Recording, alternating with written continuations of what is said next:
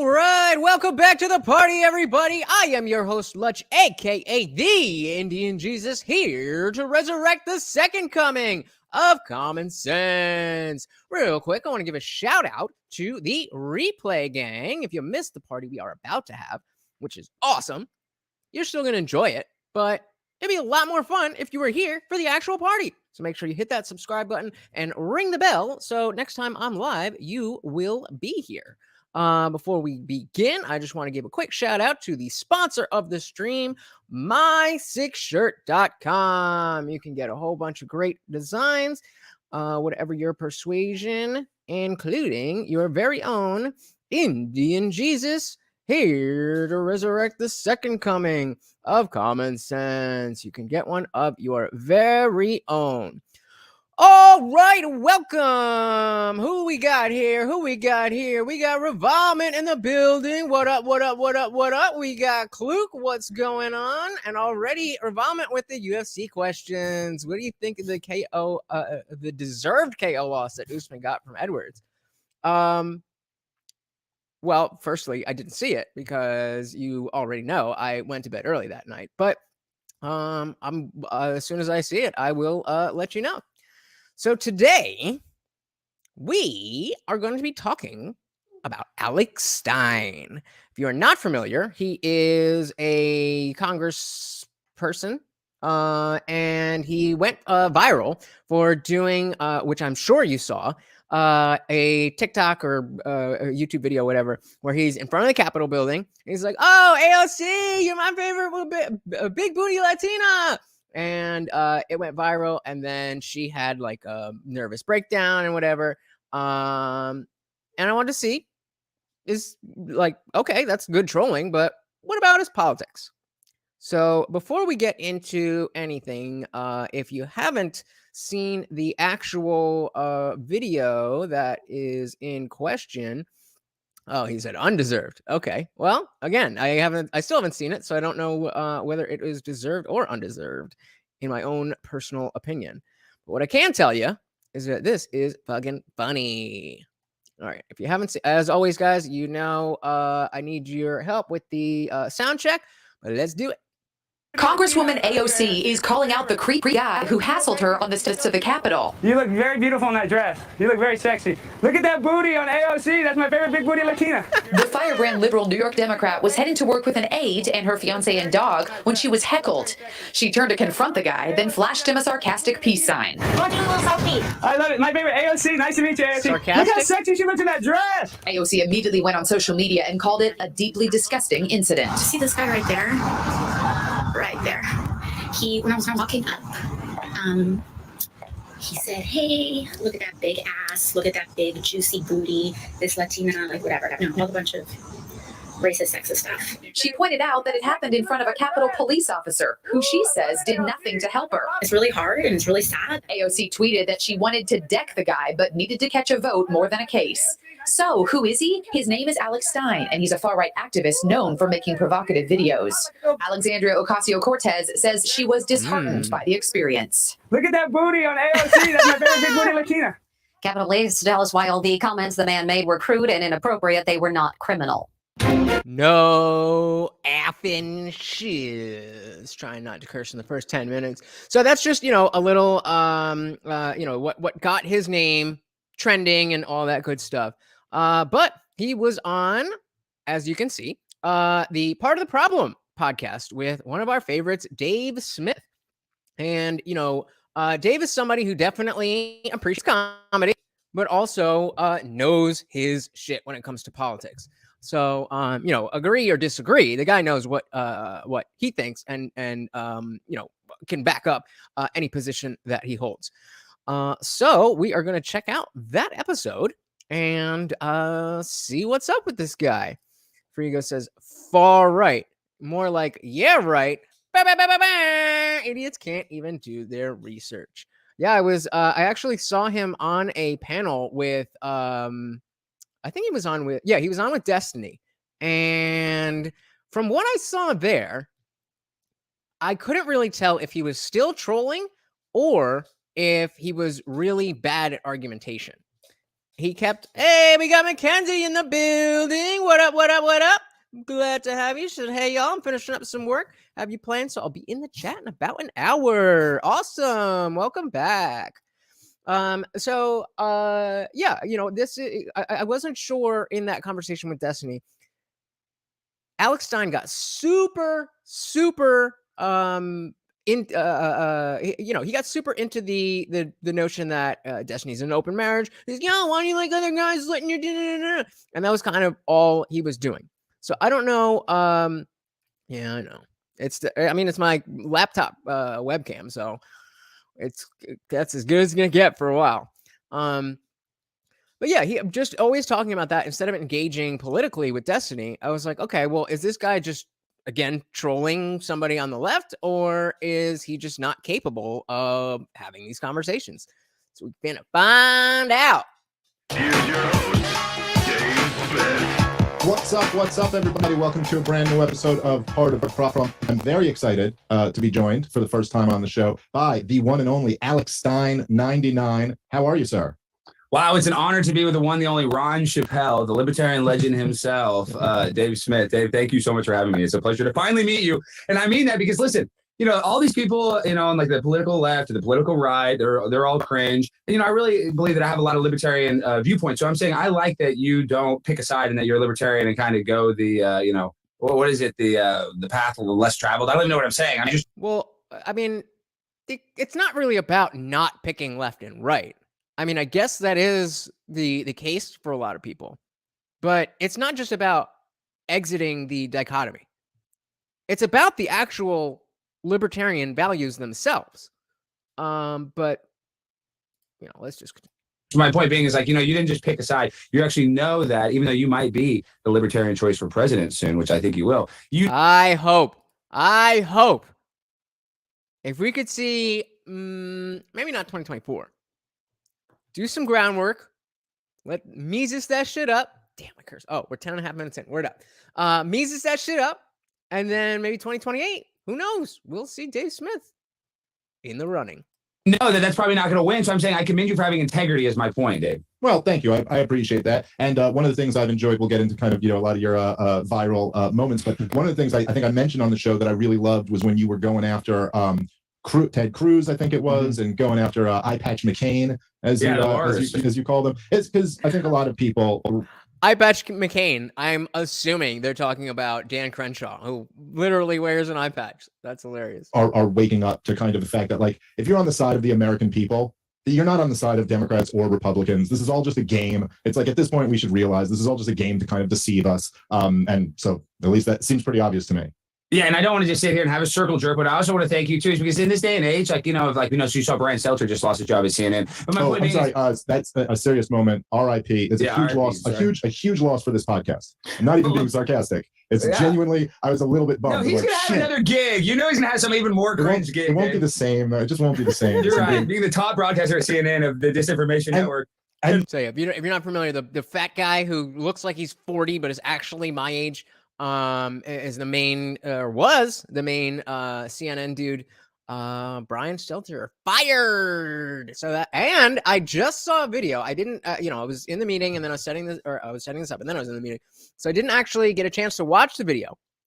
But I saw a title of a video that said lightning or something about deaths come in threes, and it was Liz Cheney, Brian Stelter, and now Dr. Fauci. So who knows? We might be talking about that real soon. And his role was media watchdog. And he would every single week come out and go, we did a great job again. It was just the comedy just wrote itself. It was a priceless little moment in time that's over now. Well, he was the media police, and he was, the best of it. He was the sheriff of the media. No, but my point being is dude, the reason why I've kind of even though I've been podcasting for almost 3 years now, not that that's that long, but I'm saying I've kind of had a meteoric rise over the past years because I've been using humor. And I think that's the only way is because you look at the tactics of CNN. It's all, and I said this on Tucker, not trying to name drop. He's my biological father, though, so I have to mention him. My point being is they constantly use trauma-based mind control, Dave. They constantly use negative information. So you're in this negative vortex where you're literally in this feedback loop of how many people are dead? How many this, how many Afghanis are falling off planes? And they do that to keep you scared. And I think the only way we can break people out of that trance is through humor. So I definitely agree with him. The question again is, are you good at you're obviously funny, but are you good at sending your message through that humor?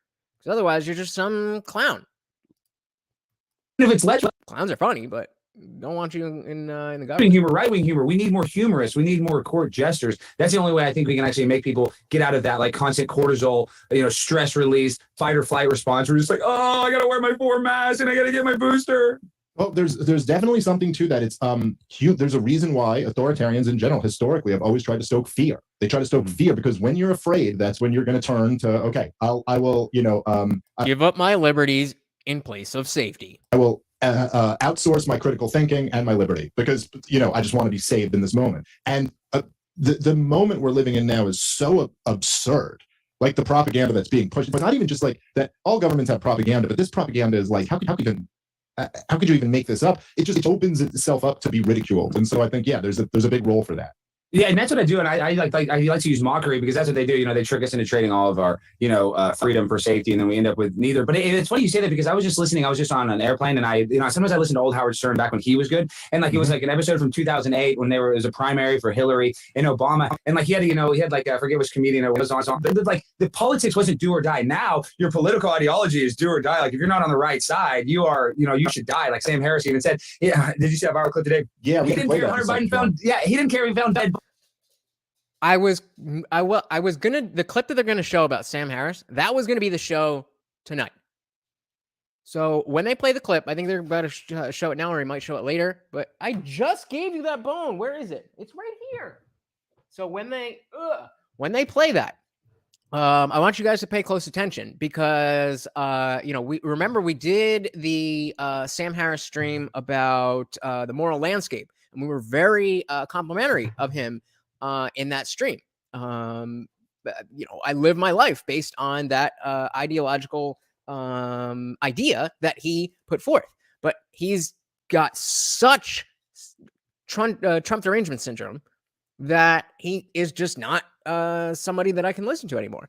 And he was on this podcast, and we'll see the clip. So let me know if you guys are interested in seeing that as that whole podcast. Bodies as long as his politician won. So I'm saying that's where we're at, where people actually say that with a straight face. They don't care if their political side killed children as long as they win. Just for anybody listening, hey Brian, if you go to my Twitter, I tweeted this video out. You can find it. It's up right at the top there. But just for anyone listening, if you think Alex is like exaggerating, or no, this is actually what Sam Harris said. It's not like it almost, if you just heard that and didn't hear the video, you'd be like, okay, well, you're kind of like exaggerating what he said. No, quite literally, this is what he said. I was talking to my one of my close friends, Louis J. Gomez, a great stand-up comedian. Your close friend died. I'm just trolling. Yeah, of course. Yes, okay. It's my former close friends. But one of the things we were talking about, or actually maybe this was a conversation I had with Jay. I can't remember, but we were talking about the fact that it's like, and this is one of the things where I think, as a libertarian, I see much more of I'm much closer to where, say, the average Republican voter, the average conservative voter is than the average Democrat voter, and it's not even so much. Do I not say that all the fucking time? All the time. I'm saying we have to understand the differences between Democratic politicians and Democratic voters. Or really, I should do it the other way around. That just because somebody votes for a party doesn't mean that everything the politicians in that party say are supported by that person. And that's such an easy way to demonize somebody on the left or the right, or, whatever. I'm just being like, the Republicans are doing this, that, and the other. So for you having conservative values and being against wokeism, those are not the same thing. Those are not the same thing, as we just heard. On policy. Like if you went down the list of all the policies, I disagree with a ton of them on everything. Yeah. But there's something that I just feel like red state America, and the conversation I was having was just talking about doing stand-up in these different areas. And like someone like my friend Jay is like, he has a joke. He had some abortion related joke, and he's coming from a pro-choice position, but he could go do this in red states and they just laugh because it's a funny joke. Yeah. It's like, and it's not the same. The opposite is not true. You can't just be coming from a pro-life position and get laughs in blue cities, because to them, essentially what it comes down to is that the average Republican voter doesn't view going to a stand-up comedy show as a political activity.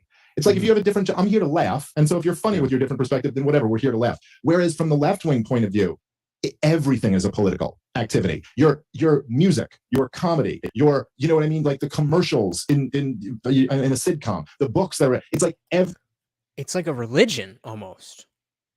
It's almost like instead of praying to God, they pray to the establishment. It's almost like they actually believe in things that cannot be true because it makes them feel better. And that's it. Was I talking about religion or was I talking about leftism there? every inch of life has to be political. And I think what you're talking about with, listening to old Howard Stern is it's like, we didn't used to live in this environment where everything was expected to be like driven from politics. And it's terrible because politics it's the worst part of life. That's where everybody's fighting tooth and nail. Whereas in everyday life, in the market, so to say, people get along genuinely. They come together voluntarily or they don't work together voluntarily. In politics, it's win-lose. Who's going to beat the other one? Who's going to rule over the other one? And I think it's just been so bad for the country that everything's become politicized. You can't watch a football game without politics being in your face. You can't go. Yeah, I don't know if you guys know this, some of you younger guys, that politics used to just be something that you didn't talk about with people. That used to be your own personal private thing.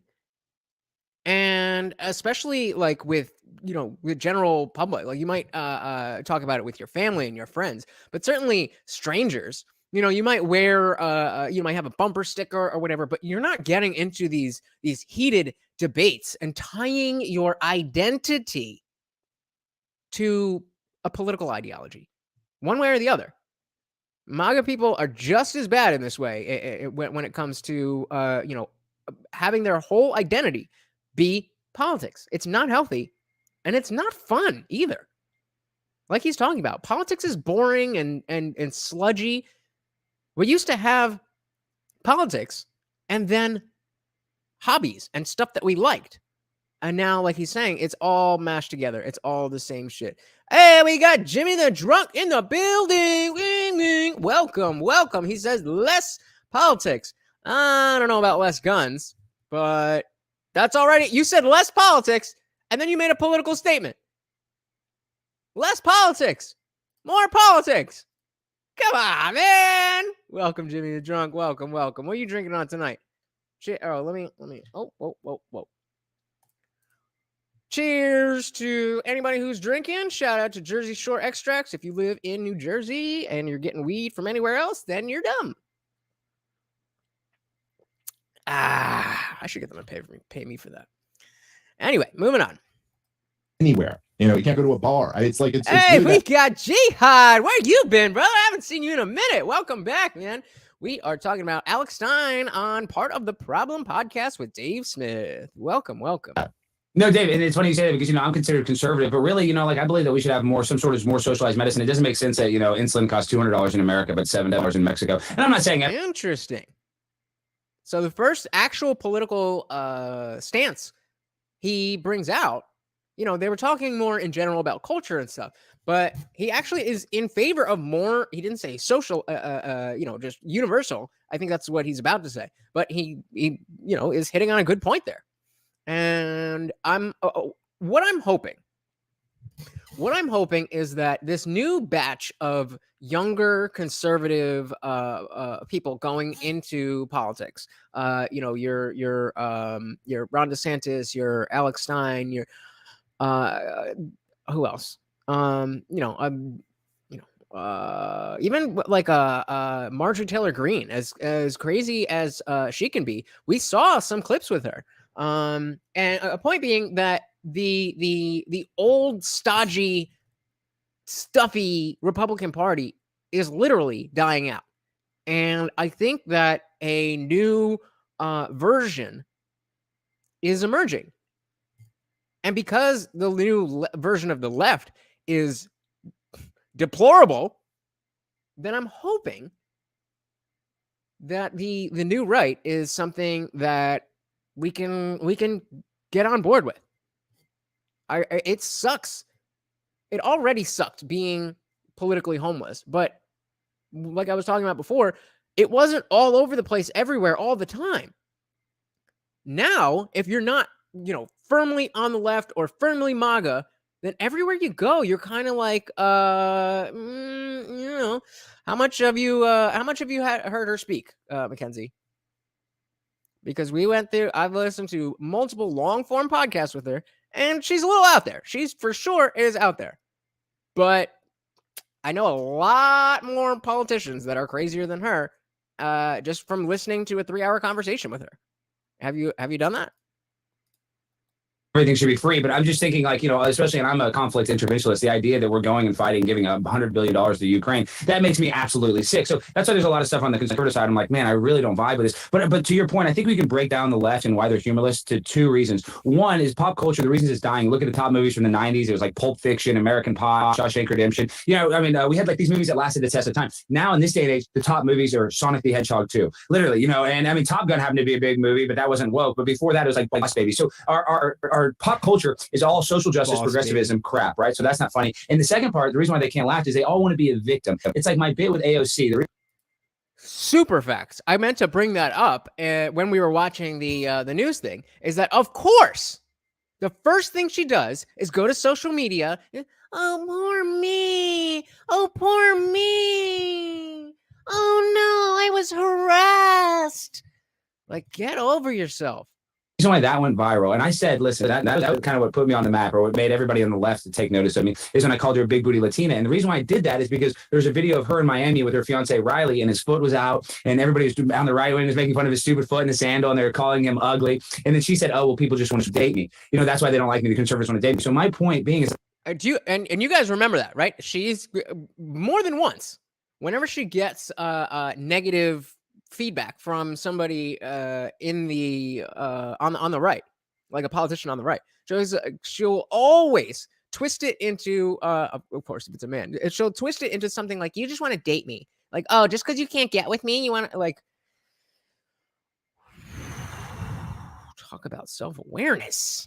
and I said this even on the Blaze on Sarah Gonzalez's show before I went there, the day before, I go, if I see her, I'm going to call her big booty Latina, and I'm going to sexualize her because she thinks everybody sexualizes her. So I'm going to give her a concrete example of that and see what she does, hoping that she would take the bait. My point being, so knowing that was where he was coming from, that was his point. It was to be funny, to go viral, and to call her out on the the grounds that she put forth. Does that change how you feel about what he did one way or the other? If you liked it, is it less funny because he was like actually doing a thing? If you didn't like it, is it a little bit better because he was trying to do the thing? Does it not matter? What do you guys think? she took the bait and then became the biggest victim in the world. She was so mad that I sexualized her. Yet in New York, they spent over $700,000 for drag queen story time for children in New York public libraries. And on top of that, she's pro sex work, which is, I'm not anti-sex work. My point being is she tries to act like she's some freaking moral superiority type person. Yep. Yet she doesn't care about the sexualization of children. She doesn't care about, sex workers. So she's on RuPaul's Drag Race. So my point being is I was exposing the hypocrisy, and it just shows you they all want to be a victim. So that's when they go to the comedy show and they have an example. Oh, they might say, I'm not saying you should say the N-word, but they say an off-color joke or something about race. Oh, I'm the victim. Oh, you make fun of me? Oh, you say I don't tip? Oh, and it just gives them that ability to play the victim. And the people on the left love that more than the people on the right. They want to be a victim less, in my opinion. Yeah, no, I completely agree with that. And I think that really there's this dynamic in the country that's so infuriating, is the most privileged members of our society always crying about privilege and crying about how they're a victim. Like the idea that AOC, when she heard someone say something she didn't like this woman who was in Congress, was getting a six-figure salary from. Not to mention, she was a New York City bartender. I'm sure she never had to deal with any drunk dudes hitting on her in a New York City bar, right? The taxpayer by her late 20s is somehow some victim of the system. And the truth is, look, we have real victims in our society, like genuine victims. I mean, we've had something like somewhere in the neighborhood of, I think, 30,000 soldiers who have killed themselves after seeing combat in the wars. What about the 108,000? Holy shit, that is a lot. That's crazy. Shout out to the troops. Yeah, but Dave, 108,000 drug overdose deaths. They don't even talk about it. I mean, it's so many victims. Yeah. And those are just the deaths, let alone the amount of people who are addicted and living in despair and all of that. And look, you have, and some of them even do fit into kind of like the leftist like narrative. I mean, like, look, I use this example sometimes, but if you ever take the Amtrak from New York to Washington, D.C., the stop before D.C. in Baltimore, look out your window. when you go over Yes. Baltimore. I mean, you see these neighborhoods where it's like half the houses are falling apart. There's children unattended out on the streets. Now, if someone wants to say to me, hey, that's And of course, is it the Democrats or the Republicans who run Baltimore? Take a guess. that's a victim of our society. Like, okay, fine. But this kind of like woke shit never ever seems to actually address anything for them. It's more like, oh, well, here's like an upper middle class black girl's feelings who got hurt at an elite university. Like, well, I don't care about that. Like, she's not a real victim. Get the fuck out of here, dude. Like, there's like real victims in our society. Like, oh my God, did a member of Congress hear mean words said to her? And not even like, the funny thing is like, I remember when Rand Paul and his wife Kelly Paul were surrounded by Antifa thugs, and they were like not letting them leave. And that was a situation where like, if you were like Kelly Paul there, you'd be like, oh, this is really scary. They might like start stomping us out right now. That's or the I don't know how many it was, but the gathering of people outside Brett Kavanaugh's house when all the Roe v. Wade stuff was first coming down. Like, come on. Jimmy Drunk says, sounds like my hometown. Well, leave. Move, brother. Move. Get out. Get out while you still can. that I can understand, even them being like, okay, that's fucked up. But you joking around about her booty, like, I don't know, like where on the scale of like, oh my God, the oppression is this supposed to rank? It's just ridiculous. Yeah, but see, then we talk about this and we talk about the victim, but they hire 87,000 IRS agents, and what they're predicting is to go after people that make under $400,000, and they're going to get $20 billion in taxes. And like I just said earlier, we've given $100 billion to the Ukraine. So if they really cared about that, why are they weaponizing the Department of Justice to come after the parents that give their kids $700 in their Venmo account? I mean, it's insane. They're actually weaponizing us to fight against the middle class. And I think that's the biggest problem in society right now is the shrinkage of that. They don't want there to be a middle class. They want you to be dirt, poor. So you rely on the government. So you get your booster. So you get on some eventual credit score. And so we're just, on the government teat, so they have full control. So it's really kind of a nightmare when you think about it, because I think, and this is just me speculating, their plan is like gangbusters. It's working really well, sadly, and not enough people are waking up, and not enough people are fighting back or speaking up against it. Yeah. Well. So the other thing about all that he just said was with the IRS. They hired like I think, what did he say, 80,000, 800,000, a crazy number of new IRS agents that are also law enforcement officials. And so a lot of people are saying like, oh, you're going to get audited. But Tim Pool was saying that's not how it's going to work, because that's going to cause a hullabaloo. It's just going to be the fact that every June, they're just going to send you something in the mail that's like, oops, you owe us an extra $7,000. It's like, what? What? And, it's going to cost $1,000 to take it to court to see, whether it's legit or not. So you just pay it. And that they're just going to start a whole new stream of stealing further from our own countrymen. I mean, I think if you're not wrong, but there are some little glimmers of hope in there, and I think there are some things like, look, I think that the vax rate for the boosted dropped way down from the original vax rate, and so I see something kind of encouraging there. Yeah, but Dave, I have to cut you off, dude. Nobody's talking about sudden adult death syndrome. Nobody will talk about SADS. I mean, dude, you're 100% right. Everybody's realizing now that in New York they even stopped giving it to babies. But it's like, dude, I want one person in the media to be like, why are insurance deaths up 40% from 18 to 39-year-olds? They won't even mention that elephant in the room. So you're 100% right. People are getting hit to it, but I'm more. The cover up is worse than the crime, Dave. Them covering up all the vaccine crap is almost worse than the evil vaccine. Well, I know it's safe and effective, and I love my Fauci ouchie, and everybody make sure to get boosted. It's the best thing for you. I'll tell you, this is before even the mandates came in. Just when the vaccine was being developed, the first thing that happened was that the government gave them complete liability protection. All right, so we're a quarter of the way through the podcast. I want to gauge what you guys are thinking.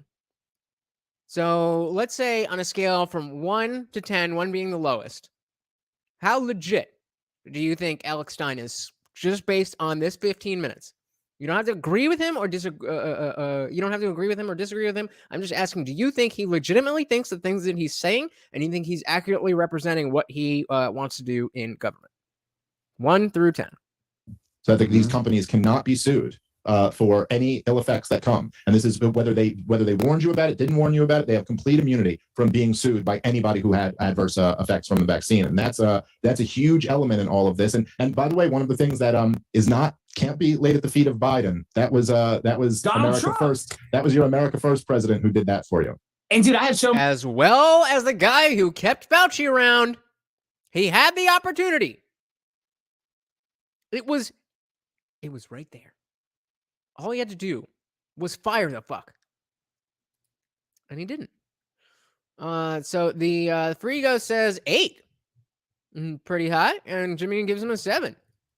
I would say, I'd say I'm right in that in that range. I did I did have this playing, how I do, 2x speed, and I was doing I was clipping up some shorts. So I heard this, I heard it enough to realize, okay, I want to show it to you guys, but I'm not exactly sure what happened. So yeah, I'm right. I'm gonna go with Jimmy. I'm right at a 7 right now because he's bringing up some stuff, but he's still not giving me enough.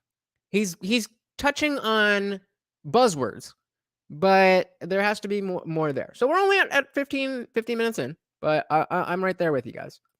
The issues with Donald Trump, like obviously I like him more than Joe Biden, but dude, what he did to the people on January 6th, if anybody actually thought the QAnon shaman was going to go into the Capitol and decertify an election, you are insane. You're more autistic than I am. And dude, the fact that he didn't let Julian Assange out of jail and basically gave him the WikiLeaks, basically gave him the 2016 election. So yeah, and then you look at Jared Kushner sold this out to Israel. I mean, dude, there's a lot of look, things. he kept between just that less than 30 seconds.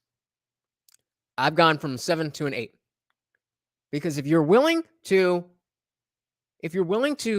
just call out Trump in any way, and you're on the right, and you're not a rhino, if you're not part of the Liz Cheney, never Trump Republicans, and you're willing to say something accurately negative about Trump, which so many of the new right type of Trump-esque Republicans will not say a single word negatively about Donald Trump. So it just went up 1 point. 1 point in my book. Fauci on the job through all of 2020. I mean, after the AZT, I have a debate coming up. It looks like I'm going to be debating Sticks, X, and Hammer on the legacy of Donald Trump, and I'm a Trump critic, but not from the Trump derangement syndrome protection. Yeah. But when I criticize. Does anybody know who that is and where I could find that? Because that could be a very interesting thing to watch. Trump for all this stuff. And I also say that, look, like the main reason why we have such terrible price inflation today starts in 2020 with shutting down the economy and printing trillions of dollars and all these direct payments and these giant spending bills. Oh, shit. The people when I criticize Trump will kind of give me shit. I had a tweet criticizing him the other day and they're like, oh, I'm sorry, Dave, he's not the perfect libertarian president. So now you're going to criticize him. And it's like, I don't know. I think there's I'm not saying I wanted him to be perfect. Could he have not had Fauci on through all of 2020? Could he have not done that? Is that don't make John Bolton the national security advisor? Like, is this not unreasonable for me to say, like, how about there's a whole lot of room between perfect libertarian president and the guy who gave us Fauci as the head of the pandemic response? Like, let's preach. Just saying, you could do a little bit better than that. I agree, and I'll give him, credit for the Supreme Court because I am anti-abortion, so he did do some good stuff. But at the same time, dude, shutting us down and printing all that money, I mean, he printed a quarter of the money that was in circulation. That is socialism. And could you just imagine if he would have kept us open, how much different the country would have been if he was, because that would have been a domino effect for the entire world. So he decided. Which is a good point. I do think it's fair enough. It's fair enough, especially since Fauci was at the helm, that in the very beginning, when we really didn't, assumingly, we really didn't know anything about, what Rona was going to look like, to shut everything down for those 14 days, I wouldn't have had an issue with that. It's the fact that it went from 14 days to 14 months to 24 months. I mean, a bunch of you guys are Trump fans. Anything to say about Daddy Trump doing all that bullshit? He decided to play The Apprentice where he wanted to appeal to everybody. And I think that was Trump's biggest problem is that even though he knew that people had TDS, Trump derangement syndrome, he still wanted to appease the left when they would try to impeach him no matter what. Now they're on their third impeachment try. So it's like you can never make everybody like you. I wish he would have just kind of gone more for his rabid American First fans. No, I agree. And I think that I think so do I. Since I first paused it and asked you guys what you think of him, every word that's come out of his mouth has been to me further towards liking this dude. He's a little out there, but just like MTG. But at the end of the day, we're so used to our politicians being so far away from us, except for the AOCs of the world, you usually don't hear a lot from our politicians. And so you can assume that, you know, the governor here, congressman there, they're, you know, just run of the mill. But that leaves a space there for anybody in government who's going to come out and break the mold a little bit. Not like Trump, where he shattered the mold, but like just acting a little, okay, you're a little different. Specifically talking about what Alex Stein did. Makes it seem like it's so extreme. But it's like, you realize that Congress members and senators and politicians are dropping bombs and shit all over the world, and you know, making backdoor deals with dictators and shit like that. So what are we really measuring here? Did you say some silly stuff? Did you tweet some funny stuff? Some stupid stuff? Or are you murdering people? Because I think, and hopefully I'm not alone here, but I think there's a little bit of a difference.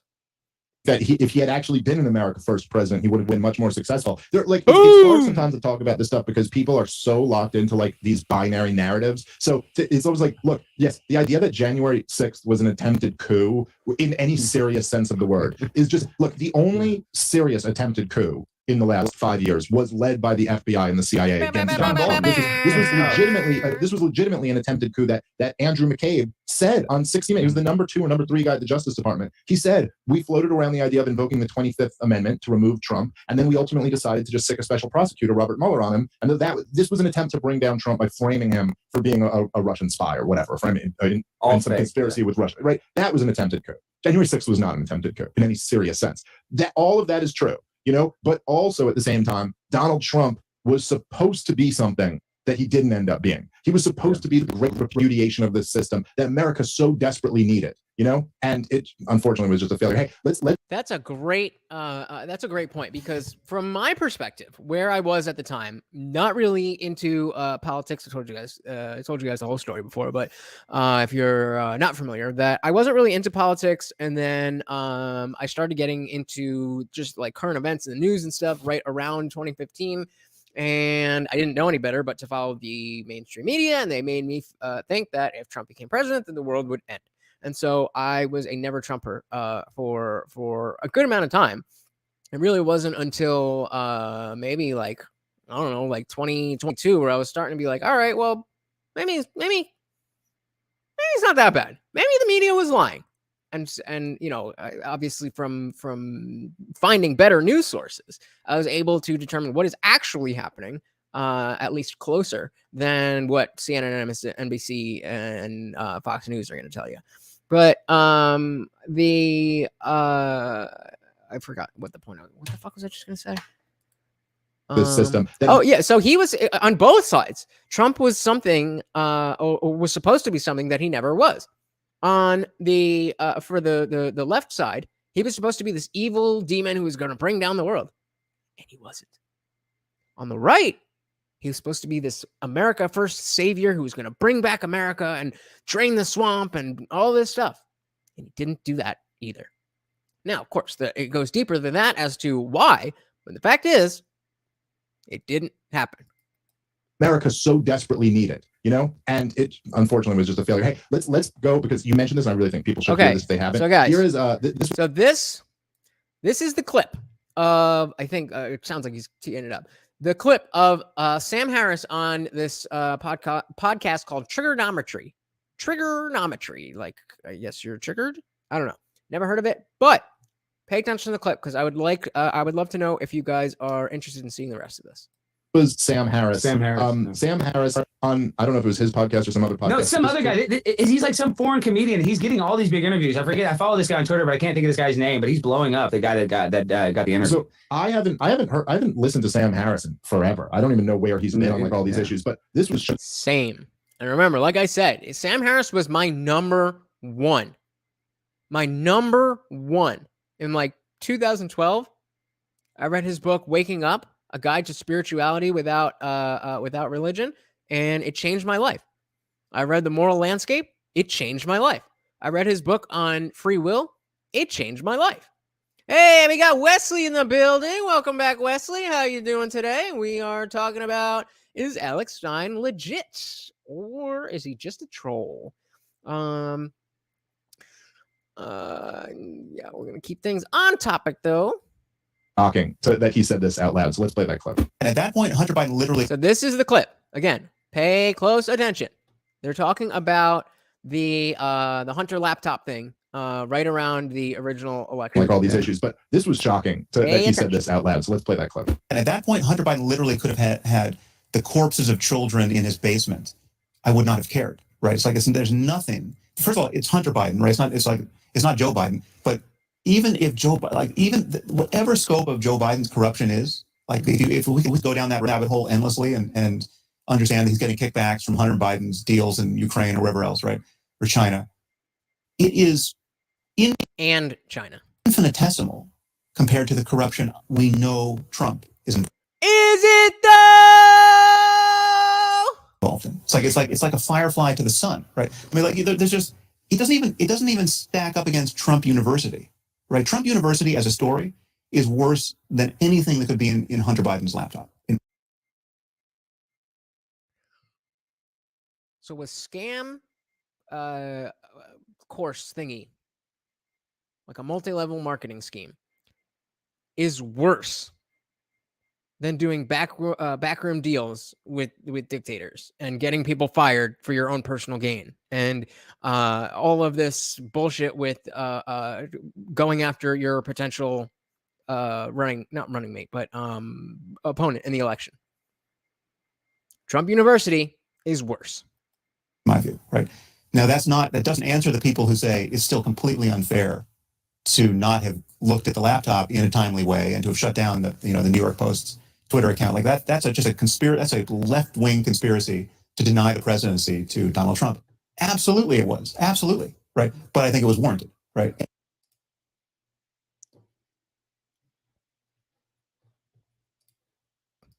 Post's Twitter account. Like that's just a conspiracy. That's a left-wing conspiracy to deny the presidency to Donald Trump.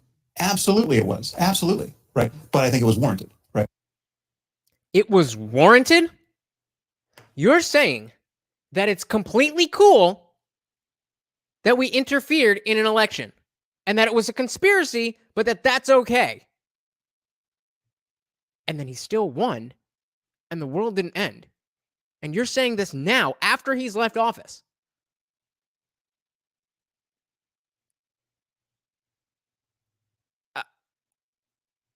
How can you be a serious person and think that? It doesn't matter what you think is, I mean, especially when the entire narrative around this last election was how horrible it was, the big lie, how we need to invoke the whatever amendment so that Donald Trump can't run again because of election fraud. But you're saying as long as it goes the other way, we're all good. And, all right, so there's the quote. The host, to his credit, by the way, does end up giving him some pushback after that. Like he's like, "Hey, wait a minute! I thought we believe in democracy. Wait, what?" So it's okay. It's okay to commit a conspiracy to lie to the American people as long as your political ally wins. Because, and this is what's interesting too. Like one of the things I tweeted out and I said, I actually really appreciate Sam Harris saying this. I hope this isn't aimed at me, Wesley. Dude, you don't understand. You don't understand. In 2012, he was dead serious. Or you're saying that he was... Oh, no. You think he's joking in that clip? Honey, sweetie, baby.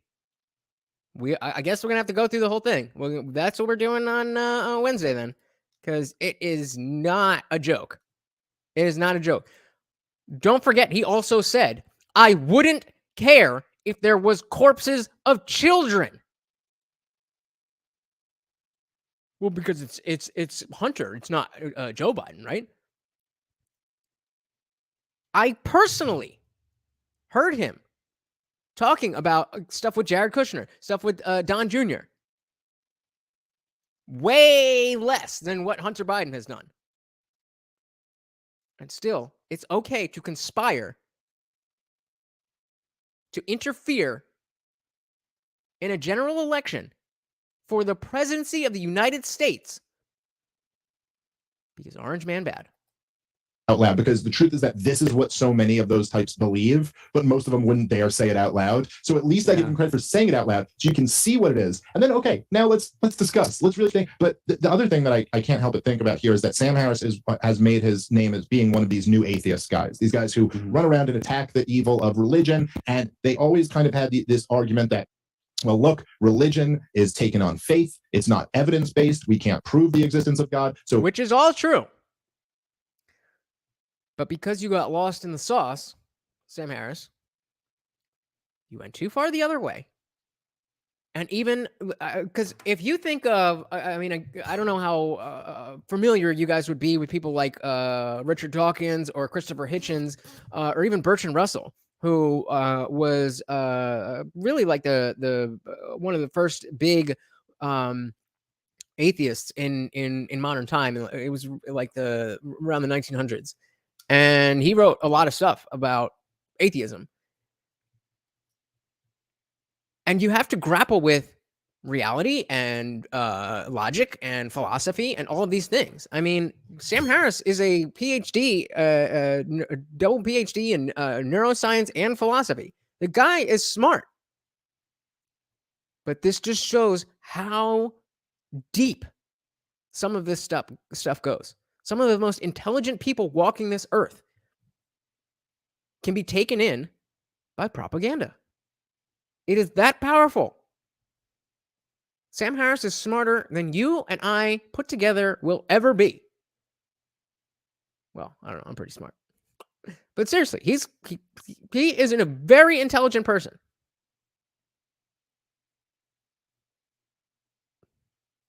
But it doesn't mean you know everything about politics. if we just got rid of religion, then we would also get rid of this kind of like desire to worship something that we can't prove or don't have sound arguments for. And then sound, rational thought can take over. And this is kind of the whole argument, you know. And I was right behind that argument. But the problem is, people just got rid of religion and then forgot to replace it with anything. The biblical values that you held as a Christian, not all of them are bad. Just because there's bullshit in the Bible, just because it's made of fairy tales, doesn't mean that there's no good messages in it. I just watched the finale of Better Call Saul. That shit's fake as fuck. It's a fiction show. But the messages were extremely strong.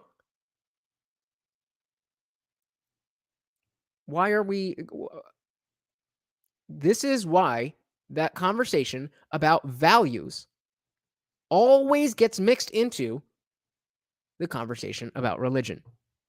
And it doesn't matter if that's what you mean. When you say religion, when you say God, when you say Bible, if there's somebody who doesn't believe in that, they don't have a choice in the issue. I don't have a choice to believe in God. I don't have a choice. I tried with all my might. That's how I became an atheist, was being a gung-ho Christian. And I was like, I want to, know more about this. And I actually read the Bible for the first time. And I actually looked into biblical history for the first time. I was like, oh, not only does it not make sense, but this is horrible. This is not moral.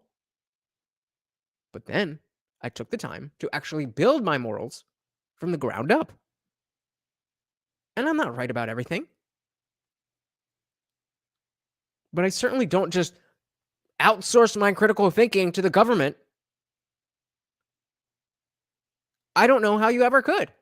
But even the smartest of us will get taken in if you're not paying attention.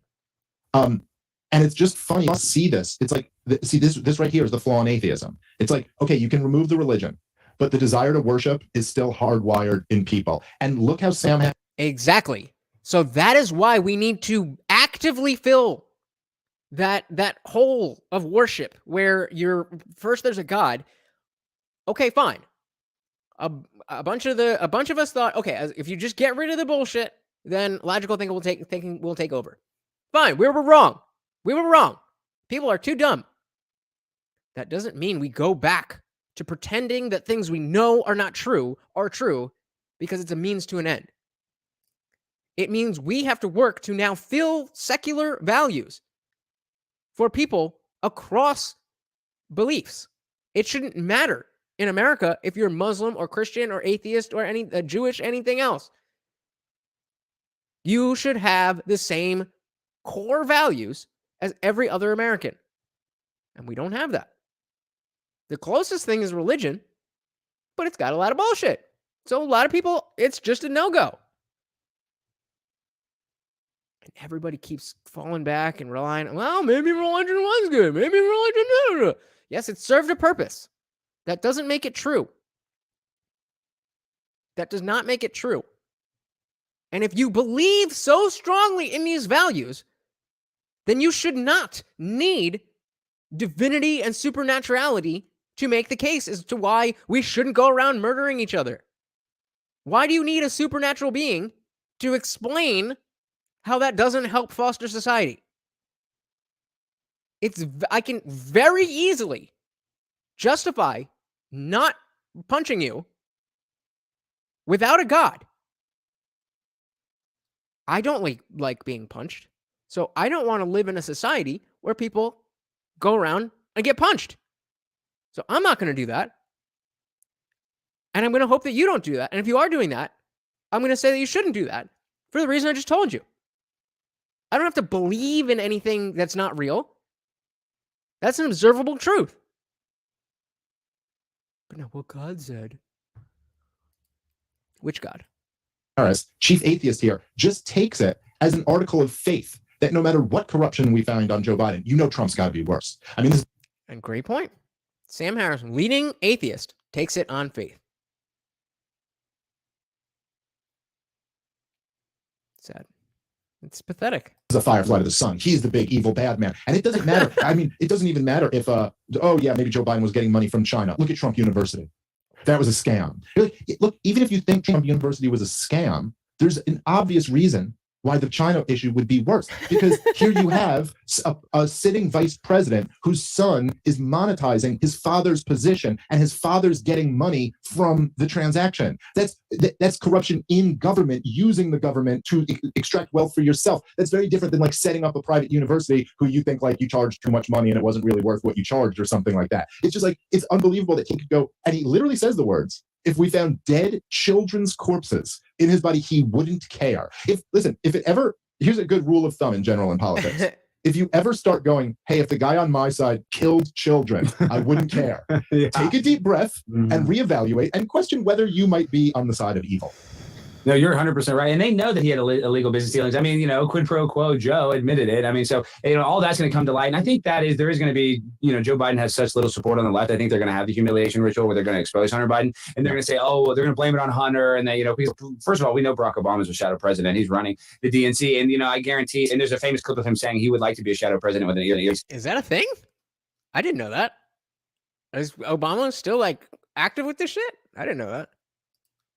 Or is he just talking in his ear and in his basement, if you guys ever want to look that up? But my point being is that everybody knows Hunter is as crooked as a dog's hind leg, and so is Trump. But the idea that Trump had a real estate course and gave some people some self-help books is literally worse than the idea of dead children rotting in Hunter Biden's basement. You've lost the plot. But I think you made a good point. It's this atheistic mindset. They want to convince people that they evolved from pond scum, the two rocks just smashed together, and everything that we see in this world was created from nothing, which is absurd. Literally, just nothing in time created everything. It's an equation that is not even scientific.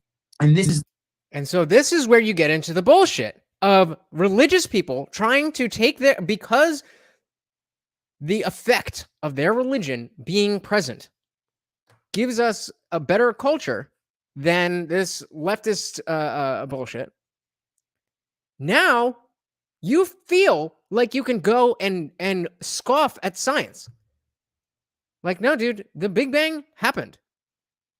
That's not a question. This is Sam Harris's fault that Alex Stein is saying this now.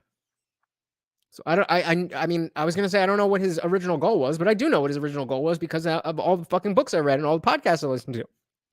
After 9/11, Sam Harris was so up in arms that he decided that he'd been going to school for neuroscience and philosophy, that he had to do something about it. So he wrote his first book, The End of Faith, I believe it's called. Great book. Is this where you wanted us, Sam?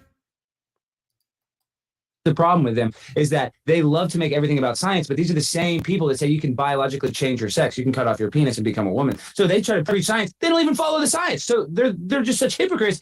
It's almost impossible to even support these people. Even if you're like when I consider myself a populist, even if there's some sort of like liberal ideas that I can support, when you hear people like that, they've lost the plot so far. That's an Overton window. That's why so many people are becoming libertarian or conservative. Yep. Yeah, well, I think so. I mean, I think there has been, and this is the thing to be encouraged about in our society right now, because there's a lot to be discouraged about, but that there is a lot of people are turning away from just the insane woke shit. And I thought this was a really interesting poll that I don't know if you saw that. I think for the first year, the amount of people who believe in transgenderism went down. So like since they've been measuring it, they asked like a thing like just like can do people who identify as a different gender than they were born or something, do you believe that is right? I forget exactly what the question is, but it went down pretty drastically, double digits down this year. And it does seem like perhaps even the American people can only be pushed to accept so much. And it did seem like this thing during Pride Month, which I know you made a couple of videos about this. Yeah, stuff, I had some videos. Yeah, well, the idea of pushing these kind of like drag shows with, I mean, in some cases, literally babies attending them and toddlers and stuff like this, and that at least enough people were like, look, man, you could sell me a lot, but the idea of selling me that this is something that's not only acceptable, but should also be what I suppose like celebrated is just a bridge too far. And in fact, you even had a lot of gay people coming out and being like, well, what the fuck are you doing? Like, this was the thing that we were fighting against for all these. So Jihad said Alex Stein is a liar and a thief. Okay. What did he lie about and what did he steal? I am very curious because, he's talking real nice. He's talking real nice, but I mean, this is I've heard him on Timcast, and then I heard him in that Destiny conversation, but that's all I really know about him. That's all I really know. So please share with the group, Jihad. Years like that people were saying, oh, we're all a bunch of pedophiles, and we were like, no, we just want to have sex with adults that are the same sex as us. And now look at, you're like making us look like that was the truth all along. So. And that's a good point. I'm going to back that up just because it's an important point. For so long, the far right, the extreme right was saying that if we allowed gay marriage, then it was going to devolve into this debauchery. People would say like, well, what about bestiality then? And as the typical, young liberal in 2012 or whatever, I was like, of course, that's a completely different fucking thing. We're talking about two consenting adults.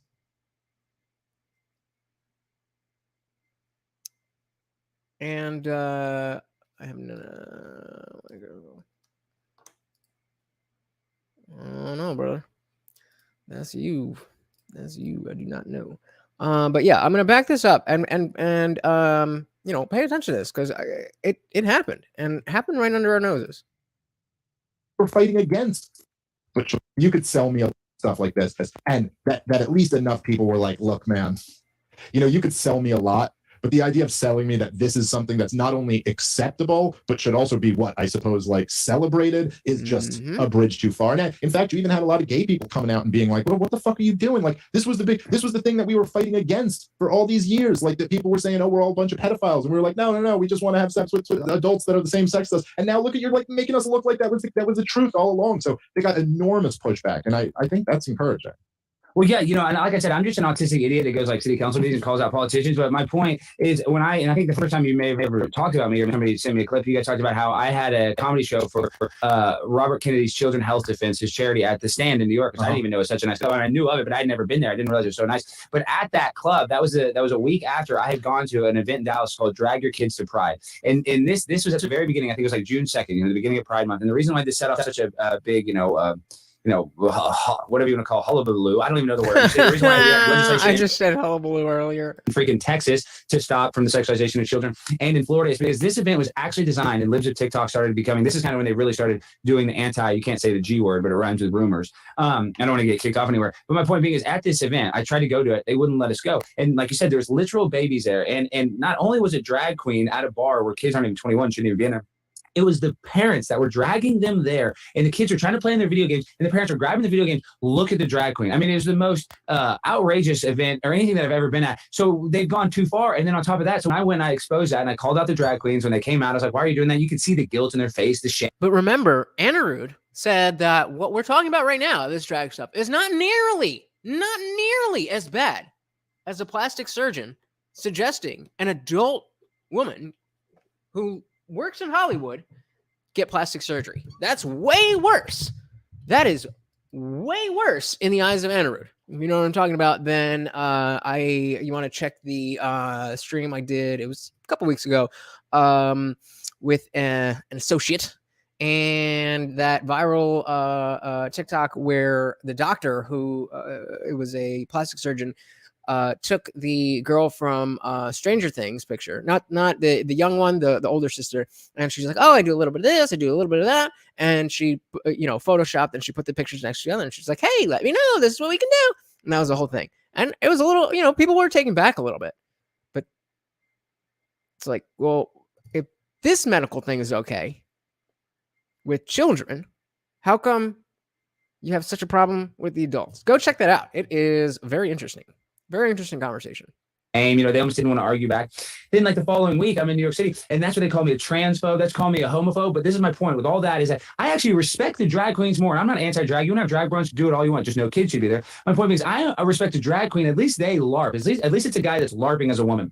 The problem this day and age is the gender reassignment surgery, the gender hormone therapy that they're giving to children that's irreversible for kids that are in phases. Like, I would much rather a kid put on a dress for 5 minutes or 5 hours than you cut off his dick and give him pills that stop him from ever maturing. So, like I said, I almost think the drag, we've gone so far, it's like I have to defend drag queens. I think drag culture is better than this new weird culture of gender reassignment hormone therapy. And you let people like Leah Thomas, who swam on the men's team, who's ranked 457th on the men's team, become the top ranked swimmer in the NCAA. So yeah, for real. How did we get to the place where the far right is defending drag queens in comparison to whatever else is going on? How far off the deep end do we need to go? It used to be a war on white men. Now it's a war on white women.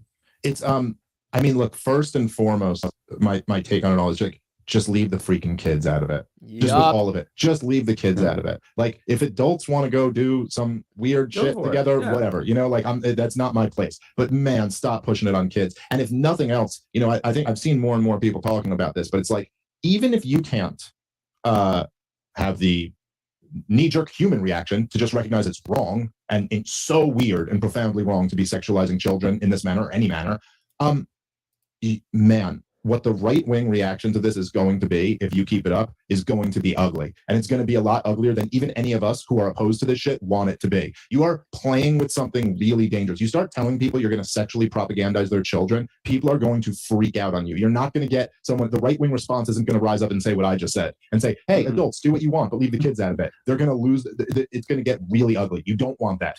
So stop pushing for it. All right, guys, let's take a quick moment and thank our... Hell no, unless I Trust Capital is paying me. No that's IRA and sponsor pay. He's like, that's kind of the... Let's get back on the show. And I know, like, there's a lot of people, and I'm not trying to call it Tim Pool, but, he's like, has kind of the Civil War narrative. Like, he wants a Civil War. Not that he wants it, but like, there's going to be a Civil War. But if there ever was a Civil War, it's going to be like the sexualization of children that would make people have the Civil War, in my opinion. Yep. Tim Pool has been talking about Civil War for at least since 2016. And everybody called him crazy. And again, I say, look where we are now. it's not going to be like a George Floyd type incident. It's going to be the people on the right that lose it and just say, hey, we're done with these teachers picking my son's gender. We're done with this, CRT gender ideology where we're just kids, basically you lie to my kid, you give my kid a dress. When I drop him off in a pair of blue jeans and then you have your transition class and you put him in a dress like that, like you said, that they're not going to be as graceful and gracious and, oh yeah, adults, it's okay. They're going to come out with their Second Amendment and that they will start, shooting. Which is ultimately, I think, what we should all want to not happen, because as bad as things are now, if this turns into a hot conflict, that's going to get very, very ugly in this country. Yeah, let's be super clear about that. Nobody should want shit popping off like that. If you think you want shit to pop off like that,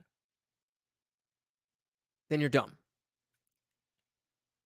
You have never, maybe some of you have, in which case you probably don't want it, but you've never been around a real hot conflict where people are actually looking to kill each other en masse.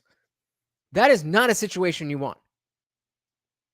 And even if that, as it gets closer and closer and closer to that tipping point, the narrative continues to be how crazy conservatives are. Why are you pushing them then? If that's what you believe, why are you poking the bear? With hundreds of millions of guns, and you don't want. It seems sometimes like the establishment is almost pushing for it. I just don't. It's like the meme, do a civil war, where it's like a guy poking a stick. They want it because really they just, like we were talking about earlier, they want us to trade all of our safety for all of our freedom for safety, and that's what they're going to do. They're going to say, oh well, Didn't I say that earlier? They want to trade their liberty for safety. It's just, it's too dangerous out there. Now you have to be totally locked up, and then they're gonna have full control over us, and that's why I think they want us. That's why they want to take away our guns, and that'll cause a Second Amendment too. The idea if they even did, which I don't think they could do. Do you think they could take our guns, Dave? Hell no. What do you guys think? Do you think if they really tried, if they really put the propaganda machine behind it, and they got a lot of just regular people on board with a complete, we're going door to door and taking every single gun. Does anybody think that would be possible? And if you think it is possible, do you think that the government could come out of that endeavor with any trust from the public? I say no. It'd be pretty damn hard. I think it'd be very hard to get there without kicking off a civil war. So I think that that really is a line for millions of Americans, that they're just simply not willing to give up their guns. And how do you go take those guns by force from people? That's going to be pretty tough, because that guy's got a gun. It's going to be. So I don't see that happening, but I do think. And people will all. This is something that, as a former ignorant liberal, I used to scoff at the notion of fighting a tyrannical government. And, I'd use the same talking point, like, what, you think the government has nukes? First of all, the government is not going to nuke our own country for you. They might shoot you in the head, but they're not bringing out tanks and nukes just because you're sitting holed up in your house. And think about, again, I don't know if you guys are familiar with Waco, but fucking Google Waco and see how that went down and see how people still feel about that.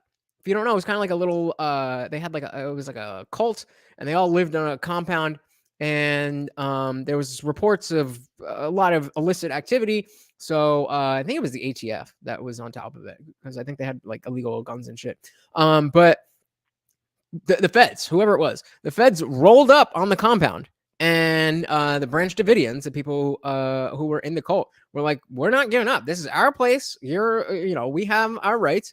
And the government burned the house down and killed a bunch of people. And they made a show about it on FX. I think that was in the 60s or 70s. And 40, 50 years later, 60 years later, I'm still talking about it right off the top of my head. You tell me if you think the government is willing to do that for every single house. Maybe. Maybe. But do you trust that government? I think that their game at this point is not even to do that, not to round up all the guns. I think they'd like to limit as many of them as they can, buy back as many of them as they can. And then I really think the new level here is like unpersoning people. I think that more of a social credit type system where they can shut off your credit cards and your bank account and things like that. Maybe they don't even need to come take your guns if they can just kind of ruin your life in these other ways. So that's more my concern. And that is what's going to happen because, you look at Gavin McInnes, who's a friend of mine, I get to call him, but, he started the Proud Boys, but dude, he can't even bank at Chase Bank. That's like not even be able to get a cell phone with AT&T. And that's what they're going to do. They're going to be able to deplatform you from your basic utilities. They're going to say, oh, well, you can't even have the energy company. You won't even provide your house energy. So yeah, I think that is like the big threat for the people that are going against the mainstream narrative, like myself, like you. Very easy. They're going to say, oh, well, you can't have a bank. I mean, they already do it now with kick you off Twitter. They take away your PayPal, but it's just going to become even more cohesive. They're going to tie it with your social security number and it's going to red flag and you're just not going to be able to exist digitally and have any sort of, services.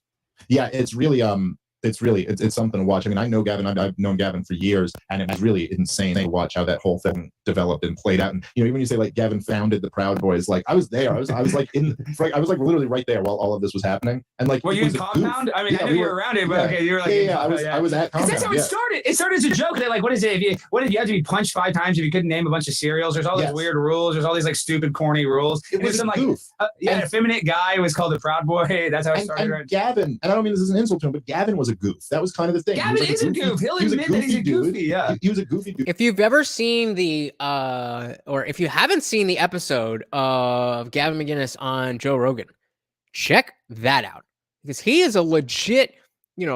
When the alt-right was a big thing, he was legit alt-right, white national, like. But it's interesting to listen to what those people have to say.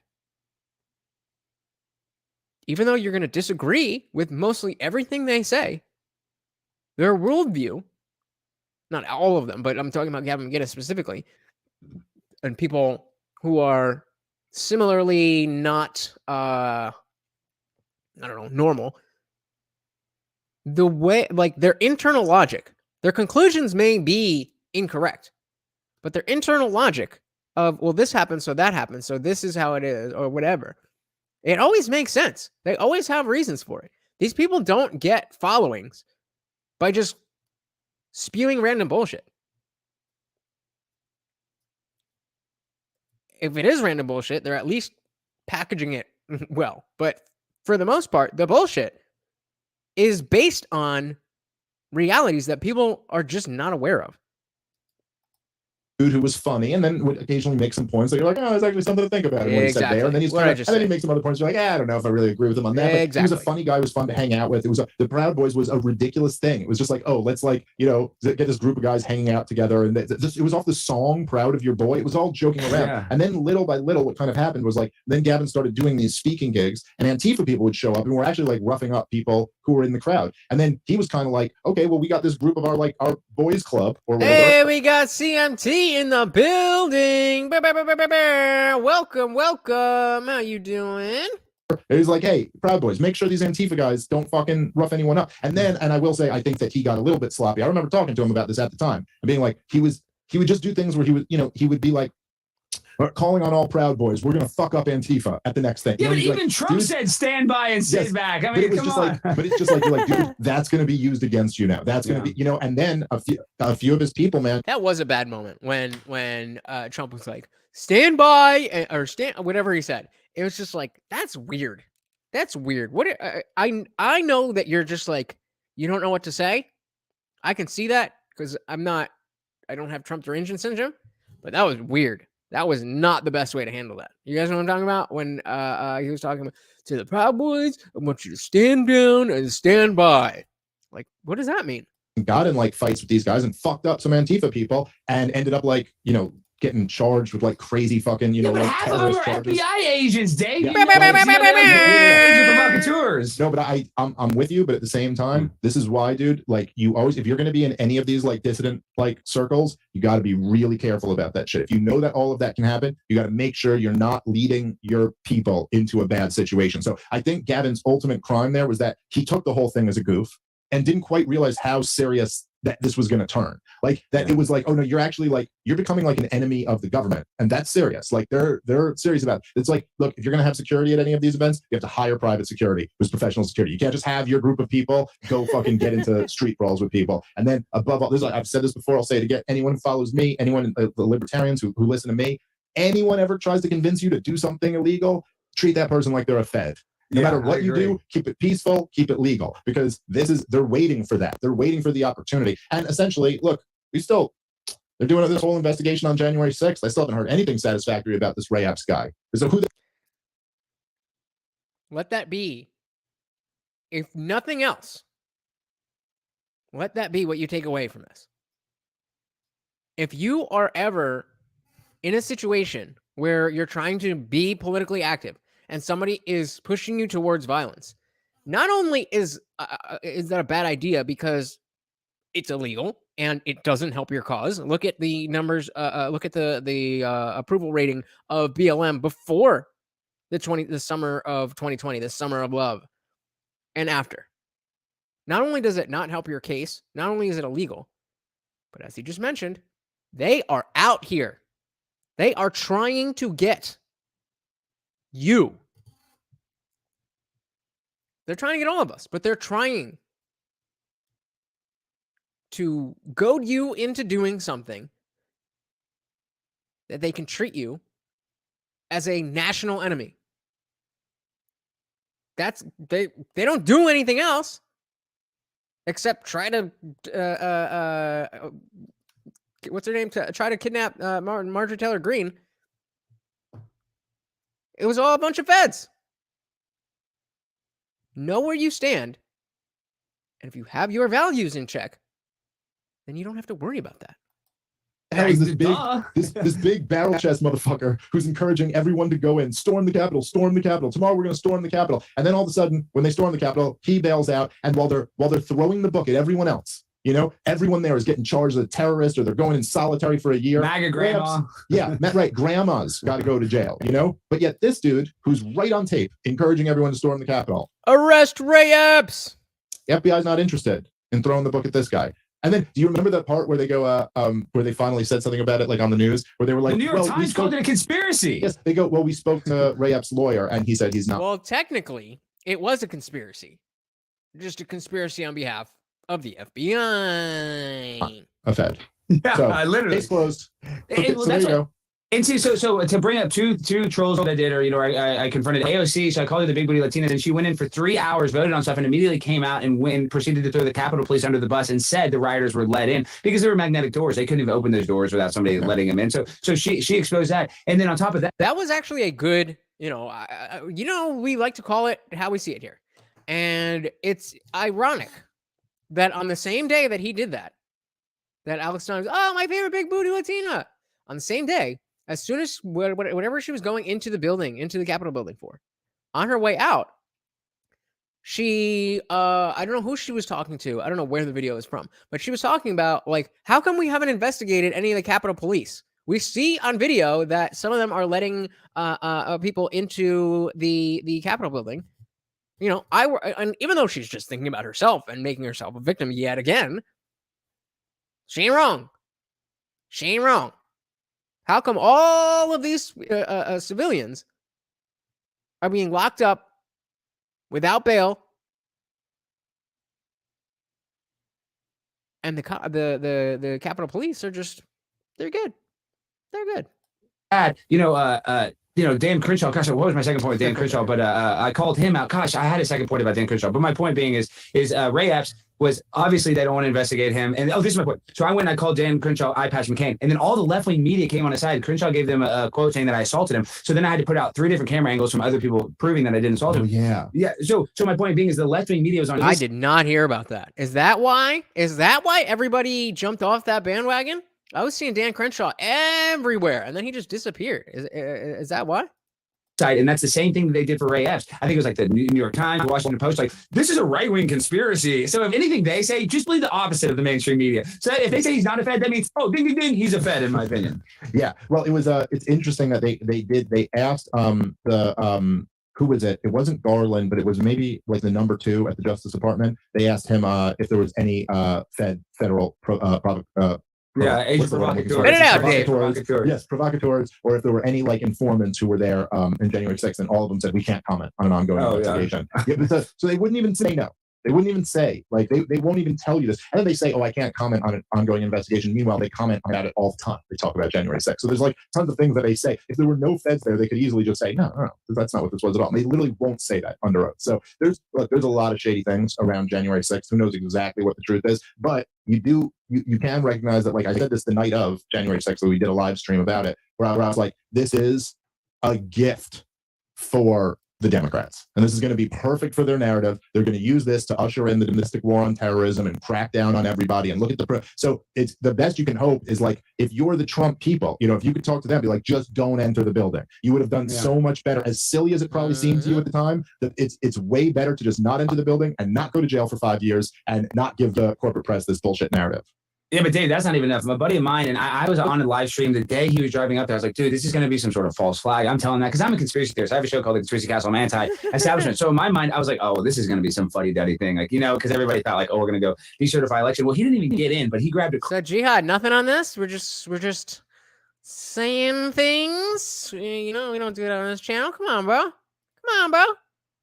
Somebody's crutch, and hit it against their riot shield. Like, they're kind of going against a riot shield. He's facing 40 years in jail. And this guy, he's a 39-year-old young man. You know what I mean? I'm just saying he's not like some old guy. He's, a youngish man that just, cared about America as a patriot. Like, was not there's no prior record whatsoever. And literally he's out with an ankle monitor right now with a public defender because he can't even keep affording to pay his attorney. He's screwed. He's going to go to jail. Hopefully he gets 5 years. Like, he hopes he gets 5 years. And he didn't go in. So I'm not like trying to one up what you said. I'm just saying it's like, dude, it is literally being weaponized against people that we're just outside. So, and then Ashley Babbitt is the only one that died. And, she was literally a veteran, and they act like she's some sort of right-wing nut job. I did not even know that Ashley Babbitt was a veteran. That is a damn shame. This woman's life and death were buried, just like David Dorn. It's, oh my God.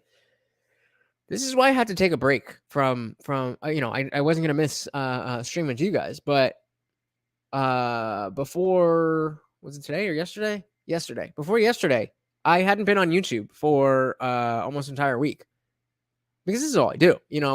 I will wake up and I check my subscriptions, add everything to watch later, make sure I watch it, and I'm watching at 2 times speed. I got my podcast app for when I'm in the car. So from the moment I wake up until the moment I fall asleep, I've got somebody talking on my ear twice as fast as they actually do. And there's so much bullshit. So Jihad said, this guy, a threat to democracy and people of color. I mean, okay, so now we've got 2 things that you've said. But I'm asking for, what did he lie about and what did he steal? And now, how is he a threat to people of color? I'm not challenging you. I'm just asking. I don't know. But she's an actual veteran in the U.S. Army. And it was a terribly unjustified shooting. I mean, it's not as if like she charged a cop and he shot her. She was like in a crowd of people. The cop was on the other side of the door and just like shot her in the neck. Like there's no pressure. The conspiracy is that it was a misfire, that he pulled out his gun and accidentally fired. A buddy of mine, one of the journalists that kind of broke with me and I don't know if we're going to be on YouTube, but I think we can say this on YouTube, but he broke the... Oh, Jesus. He even said he was there. He filmed it. He hasn't been charged with January 6th, but he said that that's what it seemed like, is that the guy accidentally... He went to draw his firearm, but he didn't mean to fire. I just wanted to make sure if he was going to say some wild shit that didn't, screw my channel. Yeah, it was very weird. It is possible. Those cops freak out in that situation. A lot of them are really, turns out, under pressure, don't handle it very well. As it turns out, unfortunately. Does it ever concern you? Because you're very quick to kind of throw yourself. I don't mean this connected to the stuff we were saying about don't enter the building or whatever. But I just mean you're very quick to throw yourself into these mobs of people and get these kind of viral video moments. Do you ever worry about, you're like, ah, shit, I might get beat up here, or I might get arrested for this? Maybe. or something along those lines? Well, kind of like AOC, after I accosted her, she had the Capitol Police come up to me and took my ID, and I was like, I'm going to jail. But in my mind, I was like, this is kind of good. This is really right. I mean, it's going to cost me a few $1,000s, and this will be like the biggest story ever. Man goes to jail for saying big booty Latina. And this is the thing, and I do get worried, but I have a good attorney. He's based in Baltimore that works, he ended up representing on some insurance deals. He's a wealthy man, is a big fan of mine. So I have a very good attorney that works on, contingency. And I'm actually suing the Dallas County judge, a guy named Clay Jenkins, because they unlawfully removed me at Commissioner's Court. Only the county judge can remove you, but one of the commissioners removed me. And so they already tried to settle for $6,000. We turned that down. My point being is back to the stuff is I have a good attorney, so I'm not afraid to go to jail. I'm not necessarily afraid to go to jail. But yes, am I going to get stabbed? Am I going to get hurt? I mean, I played football, so if I get hit in the head, I already have CTE, so I'm not worried about getting hit in the head. I guess if I am worried about it, here in Texas, they have this thing called the John Brown Gun Club, and it's John Brown is like some like socialist guy that went and shot a bunch of people. And so these are like Antifas, but they're packing guns. And I'm just worried I'm going to get the one that's on 17 antidepressants that's like totally disconnected with reality and might shoot me. And that might happen, Dave. But at the same time, I don't know if you guys saw it, but a few years ago, I don't remember what the event was, but Steven Crowder sent a crew of people to go undercover as Antifa people. And they literally went to, they met up with some people and they gave them weapons and they went to a car. I don't remember exactly what happened. I'm sure the video is still up, but it was like, yo, we're doing this, we're doing that. Here's a weapon for this. Here's the, it was crazy. It was crazy. But yet they'll try. Antifa's just an idea. Is it though? I usually keep a smile on my face, and I'm 6'3". I look kind of short from my camera angle, but I'm actually pretty tall. I'm about 250 pounds. So I got a lot of beef. Like people don't really want to go toe to toe with me. Right. So I just kind of smile and and usually at these things, they're all beta soy boy bitch ass people anyway. I mean, any guy that is going to spend their time to go to like pro-choice, even if you are pro-choice, right? That's because that's the other thing. Is when they survey people that are pro-choice, even the pro-choice person believes there should be a limit, like after the second trimester. Yeah, these politicians want to get it up until after birth, where you can have an abortion. But my point being is, the politicians don't even agree with the people's viewpoint of abortion. But most of the guys there are there because they're trying to find some pussy. There's some simp, they can't even get laid without going to a pro-choice. I'm a feminist. Sleep with me, please. So it's not that scary of a crowd. I'm dealing with yes, people that is true. They still draw with crayon type people, It's the male feminist is the lowest form of trying to get laid. They're playing the same game that every single man is playing, but they're playing the lowest form of it. The absolute most it's the Game Shark of dating. You guys are probably too young for Game Shark. You probably don't even know what the hell Game Shark is. Bitch beta form of trying to. So it's like it's the level of, like I used to say, it's like when you were in the 5th grade or 6th grade or something like that, and like if the guys were sitting around and they were like talking about, like the girls would be like, oh, I like her, I think she's hot, or she's got great tits, or like something like that, and then it would be the guy who ran over to the girls and went, we were all talking about your tits before, and I thought it was really wrong that they were doing that, blah, blah, blah. Like, and it's everyone knows what you're trying to do. You're not really the good guy here, the girl included. You're the snake here, and it doesn't work. So yes, you're right. That is quite often what the group is going to do. And Dave, let's be honest, like all the pro-choice, armpit smelly girls, they're all sluts anyway. If you can't get laid by them, you know what I mean? You can't get laid. That's what I'm saying. They kind of stick together. Those girls, they all fuck at that. Yeah, but the irony is they're not even fucking those other guys. Exactly. No, you're right. They're fucking like more conservative guys they work with at John Just or whatever. Yeah. They're trying to fuck the guys on the lacrosse team or something. Yeah, like exactly. That, you know what I mean? And then complain about them the next day. It's a whole. Exactly. It's a very bizarre. Yeah. There's a bunch of bizarre Freudian shit going on here. Anyway, all right, guys, let's take a moment and thank our sponsor for. Not even gonna keep the thing up there.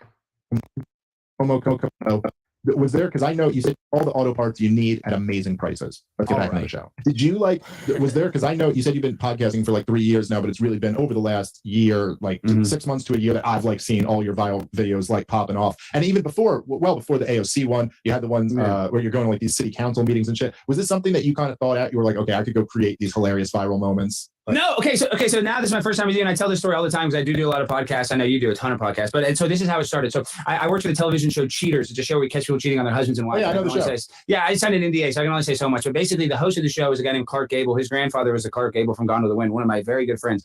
After finishing season 17, he went and bought some Vicodin or oxycodone. It had fentanyl in it. He woke up dead. He took it. He wasn't even partying. This guy had a huge drug tolerance, and they were pills that were just badly pressed. Like the cartel pressed him. He thought he was. Is it bad? Is it bad that I'm like, yeah, I bet you I'd be fine on those pills. For those of you who don't know, I was a pillhead for about 5 years, around 2010. That shit never leaves you. I'm still just like, one pill? Come on. On a Vicodin. He woke up dead. And the reason why that was shocking is because he had a high drug tolerance. Then the show said, Alex, you're going to be the next host of Cheaters. And I'm like, oh, this is awesome. You know, I'm so excited, but I'm all depressed about my friend, but I'm like getting in good shape. And like, I was just like, I quit drinking. I don't even drink now. I don't smoke weed. I got sober when he died. And that changed my life too. That was a big trajectory. You know, it put me in the right direction. But my point being is, then when it came to Jihad, still waiting on some evidence, some proof, some anything. in April of 2020, when the pandemic's like was just popping off, they're going to start the show. They hired this 52-year-old black dude named Peter Guns, who was like in this R&B band. He has like a hit song. They wanted me to continue working for the show. And another guy from the show was like, Alex, you should do your own podcast. So I started doing the podcast. This was right at the beginning of the pandemic. I think May 2020. Wait a minute. Cheaters was still a show in 2020? I thought Cheaters was like a 2003 thing. That's crazy. 20 was my first episode.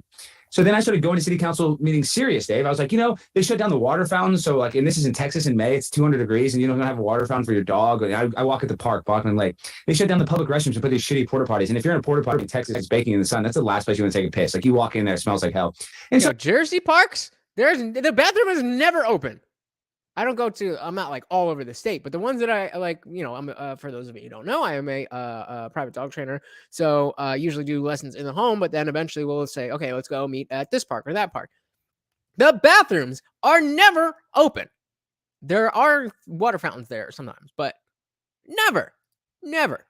I spoke in the meeting seriously. I'm like, none of this stuff makes sense. None of this stuff is stopping this. Like, why can't we go to a park? They looked at me like I was an idiot, right? They're like, oh, look at this tinfoil hat. You know, they didn't give me the time of day. And I would see other people in the meeting crying about how the fire department didn't put out their neighbor's fire fast enough and their house burned down and their cat died and they're crying and they lost everything. And they're just on their phones. The politicians are just on their phones like, you know what I mean? They're not paying attention. Then I went there and I said, then the next time I spoke, like a month later, this is all over Zoom. This is when they're pushing the vaccine. I was like, Mayor Johnson, he's a black guy with a family. I go, you should push the vaccine. And the neighborhood called Mayor Johnson's Free Johnson & Johnson. The gay community would love the double entendre. And since you're the first openly gay mayor of Dallas, they would really support it. He's not. And black guys hate, you know, they're the most homophobic people in the world. His eyes are this big and they turn red. And I could just tell it. So I was kind of like, off to the races. And my comedic hero is like, you know, I like stand-up comedy. I do a little stand-up, but my hero is Andy Kaufman. I like to mix absurdity with reality and make it seem real. That's my favorite form of humor. So this is the perfect venue. Is once I realized, oh man, I can go act as absurd as possible, but give it a real, give it make it look real, even though I'm saying the most absurd crap ever. And really, it's called culture jamming. Is what I do is I take the most absurd talking points. Like, I got my 5 boosters. I got my Fauci ouchie. One of my viral videos is I went to a city council meeting in a swimsuit, in a women's swimsuit. And I said, why can't I change with the women? Why can't I compete against the women? Because what was the one you had? So what he's talking about, culture jamming, is definitely a tactic of this new right that I was talking about. And the idea is to, because the semantic obfuscation on the left is so strong, because every term they use, all their rhetoric is able to be flipped on its head. And you can call anybody a racist, except when people are acting racist, that it's not racism because they're the good ones, or whatever the case may be. You have to start doing things that are unavoidable. And so a little thing that, well, I don't know how little, but again, Tim Pool, what he did was right over in Times Square, there was the Good Morning America ABC billboard. He bought a billboard right above it, or maybe it was where they go to work. I don't know. But in Times Square, a giant billboard the first one he said was Taylor Lorenz doxed libs of TikTok, because she did. And then just another one of just, advertising the show, but like right on top of it, and just forcing the counterculture, the underground, the whatever it is, in the face of those who don't understand the establishment is not the only way. The establishment is not the only way, and is a very bad way. A very bad way. Now, of course, we want to talk about global politics. Yeah, I'll take on the American government with our Constitution before I want to take on another government. But I'm an American, so I'm concerned about what's going on in America. There was one of my favorites where I think it was you were trying to raise money for your child's transition surgery. Yeah, well, the biggest one, the one that put me on the map though, is the one. Well, a bunch. So I went and spoke and did crazy, but the one that really got me hot was in 2021. As I did right when the heartbeat bill came out, I said, "Oh, well, I love raw dogging chicks. We need to get abortions back. Like, I love abortions." And then like Charlie Kirk and all these like right that got me like on the conservative side because I used to be very conspiratorial. I'm a 9/11 truther. I'm a nut job when it comes to conspiracy. But then all of a sudden the right wing kind of adopted me. He's like, "Oh, well, he's pro-life," which I am. But that's what kind of put me on that thing. Then I did that Fauci, Ouchie, give me that booster, take it in my cooster. That went quadruple viral. That got millions of hits. Then I did the prayers for Ukraine, where I said, gas prices way too high. Vladimir Putin needs to die. Any white guy has a few bars. And it's meant to be cringe. I'm not going there to try to act like I'm James Dean, some suave guy. I'm meant to AstroTurf as this crazy lunatic leftist that's like, my wife's boyfriend got her pregnant, saying the most absurd crap ever. So if that's your tactic, that's fair. But again, the question becomes, how do you balance being an entertainer in that way and also fulfilling your role as I think he said he was a congressman, right? A congressman. How do you fill that role? And if you are like so far, we're seeing a lot of the Kaufman-esque stuff, but I still don't know. I mean, how to saying that he's a liar and a thief has yet to present any evidence or justification for it, but that's what he says. But he sounds like he's got a good head on his shoulders. It's just a matter of how far he's willing to take it and what exactly does he want legislatively. Basically, I kind of found a cheat code, and that's why my comedic hero, I just said earlier, Andy Kaufman, is that he would do like stunts. Like if he was doing stand-up, he wouldn't necessarily tell jokes, but he'd have somebody come from the audience and fake hit him, and then people didn't know if it was real or not. Like he would wrestle women, and the reason he was cutting edge is because he created an intergender wrestling league. So he was on the forefront of knowing that if men and women are going to compete, they should have their own division. They won't even make that realization today. They won't even give them an intergender division today. So he was really cutting edge and really, really brilliant in that sense. But my point being is I started going to the city council meetings, and that's when it really started going viral for me. And the one that put me on the map and got me on Tucker is I went in a full military guard, and I said I'm part of the Ukrainian Foreign Legion, and the most important border is between Russia and Ukraine. And I tried to recruit the council members to join the Ukrainian Foreign Legion. I was like, you need to come. And Tucker saw that, personally reached out, said that's his favorite video he's ever seen. And then when I got the Tucker bump, it's been off to the races. Yeah, no, absolutely. What is the reaction from these city council people? Like, do they figure out right away that they're being trolled, or some of them like not? Do they? I bet you they have no clue. I bet you they see a bunch of crazy people on both sides, and they have no idea. Oh, look, somebody's talking. Alex Stein has taken everything I worked for. You're not saying anything, though. What did he do? What did he do? That's all you got to say. What? This is genuine. Do they know? Did no? He do?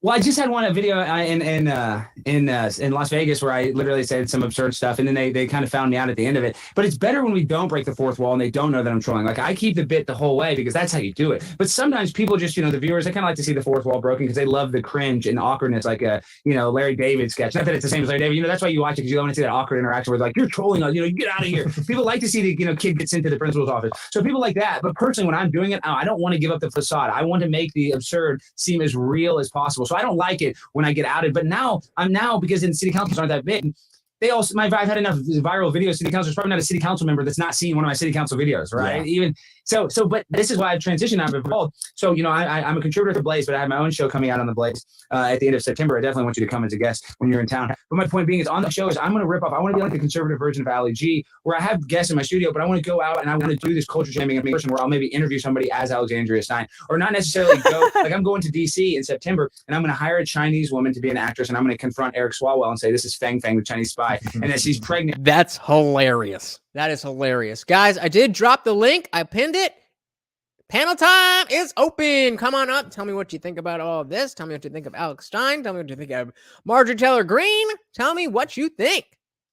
And she won't get an abortion because there are some politicians that like me. Like Marjorie Taylor Greene has adopted me. I'm like her son. And say what you will about her, she is down to earth. And a lot of these politicians aren't. I know Ron and Rand Paul are. I know Thomas Massey is. I know there's a few.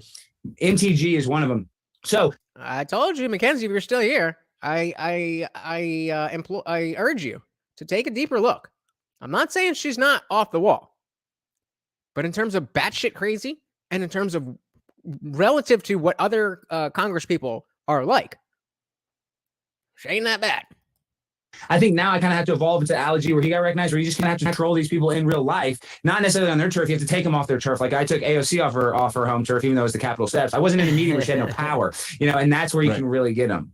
Yeah. No, it's an interesting thing to watch. It's also really interesting with the city council people, because these are like city council members by and large. They're not even like, the major play. They're not even like the guys like Joe Biden who are making millions of dollars off of this stuff. These are just people who like are there because they are the only ones who wanted If you don't want to come up, but you still want me to stream stuff, I have stuff for you. At least get me to 10 likes. Job and hung around long enough and got, convinced, but Dave, they all think they're so important, dude. It doesn't matter. They think they're so important. Right. But that's kind of my point, is they work so hard to get the job no one else wants, so that they can feel like they have some sense of power, some sense of position. So it's just great to watch them be like taken down. So Jihad saying, well, I can't point, so I was saying in the chat that I didn't get the reference as he pulled it up. But any UFC fan, Alex Stein's taking everything I work for, motherfucker. I want to fight his fucking ass.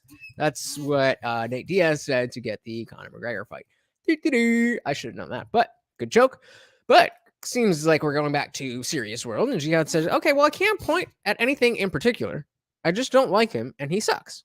Well, the first is an opinion. You cannot like him all you want.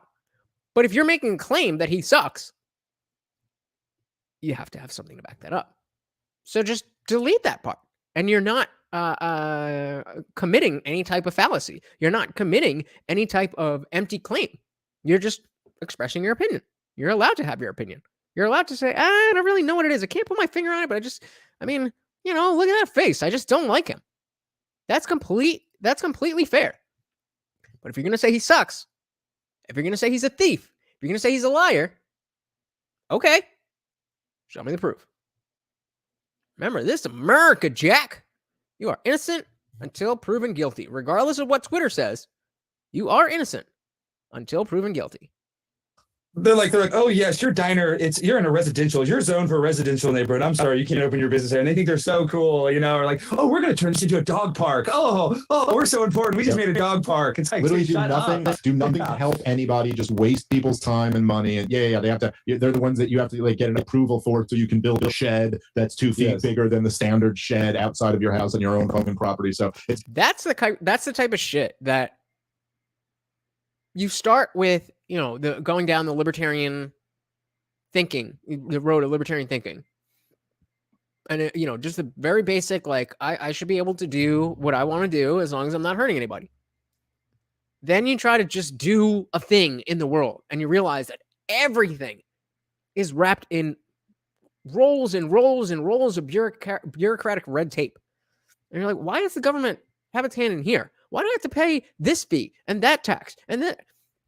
And it gets pretty easy to see, like, oh, okay, well, that's just how the government operates. So, okay, I'm not an anarchist. We need some type of central government, but we should minimize what the role of that government is. We should minimize the reach that government has. And we should privatize as much as we can. Because capitalism works. If people are monetarily incentivized, they will do more than if they're not. If you gave a murderer $1 million not to murder anybody, laws stay the same. He was already going to murder somebody, and you say, all right, well, I'll give you this $1 million if you don't. Maybe not every murderer, but I'm sure you'd save a lot of lives because people care about money. And so you can look at that as a bad thing, or you can just look at that as a part of human nature, at least modern contemporary human nature. And then say, okay, that's the way it is. So how do we use that knowledge to best operate in this society? By privatizing everything and shrinking the government as much as we can. great. It's great to see them trolled. So that's cool that you got this show coming up on the Blaze. I was out there and did a few of the shows on the Blaze. I guess it was a few months ago now, but I like all those guys out there. They got a cool thing. I'll stay if I get one more like, but we got 3.5 minutes left on this going on. That's a good. They do.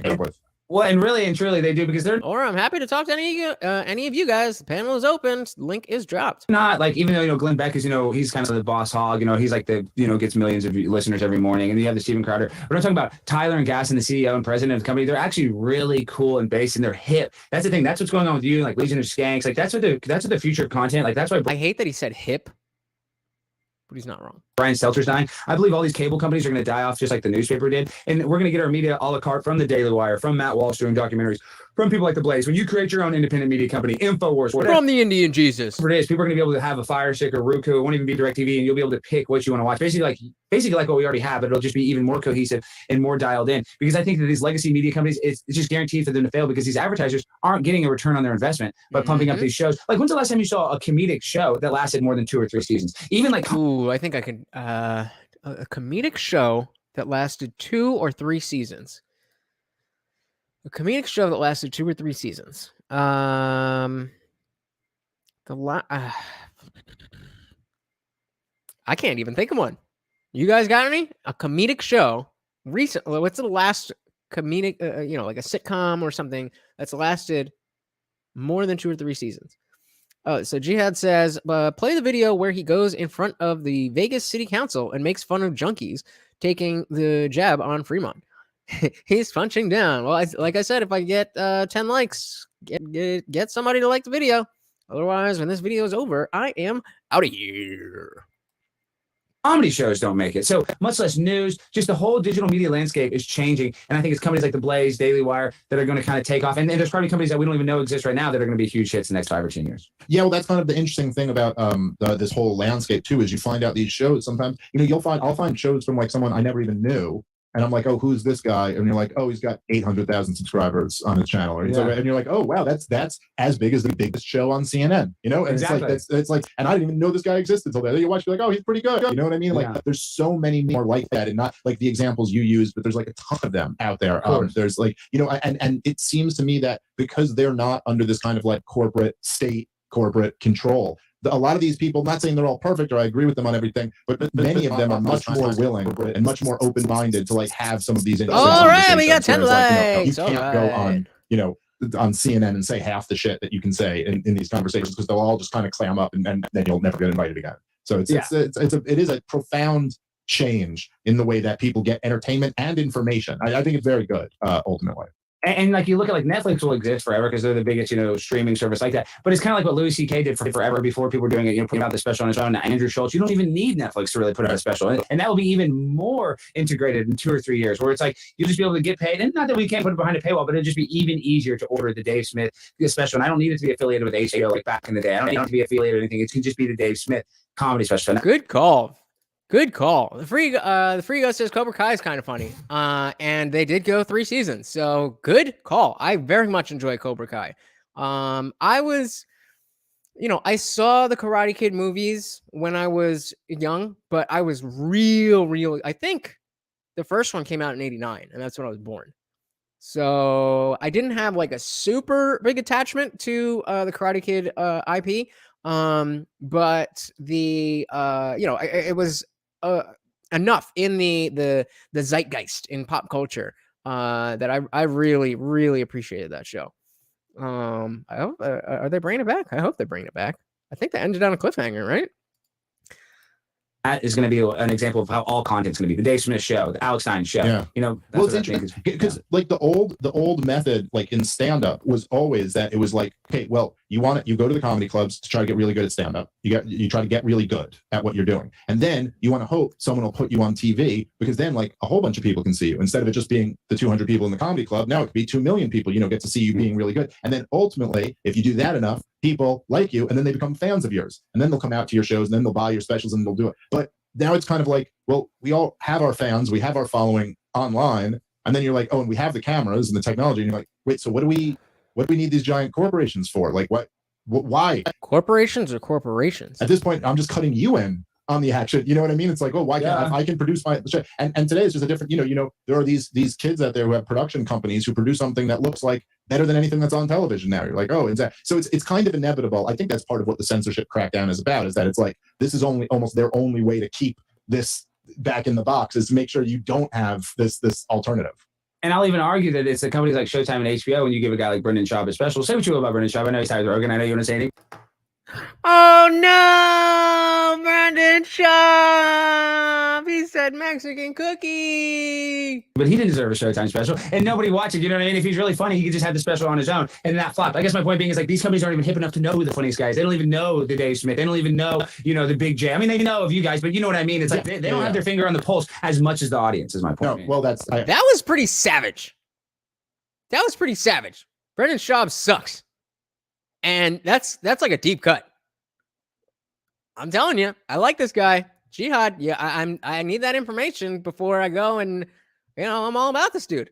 I think that's absolutely true. And that, like, this, and also the other thing about that too is that, like, they don't want to grab anything that's too anti-woke, because they're scared of getting, like, protested for it or whatever, which is somewhat, well, it's also somewhat understandable. Like, I get that, you know what I mean? Like, I understand, like, I've been at places where they've had me and they've been, like, protested and stuff for having me, and then I do kind of feel bad for the people who own the place, where I'm like, fuck, they got to deal with this whole headache now, and they didn't care, but it is a headache for them, but at the same time, the people are starving for content like this, and so if you won't put it on, they're going to go to where it is, and so that's what it's cool, because it gives us a whole like world to play with. But that's the future. That's the future of content, is the open source content. And if you can create it, people will watch it, because and they even say perfection is the enemy of good. Like, you don't even need to make perfect content. If you're out there making good content, people will find it, people will watch it.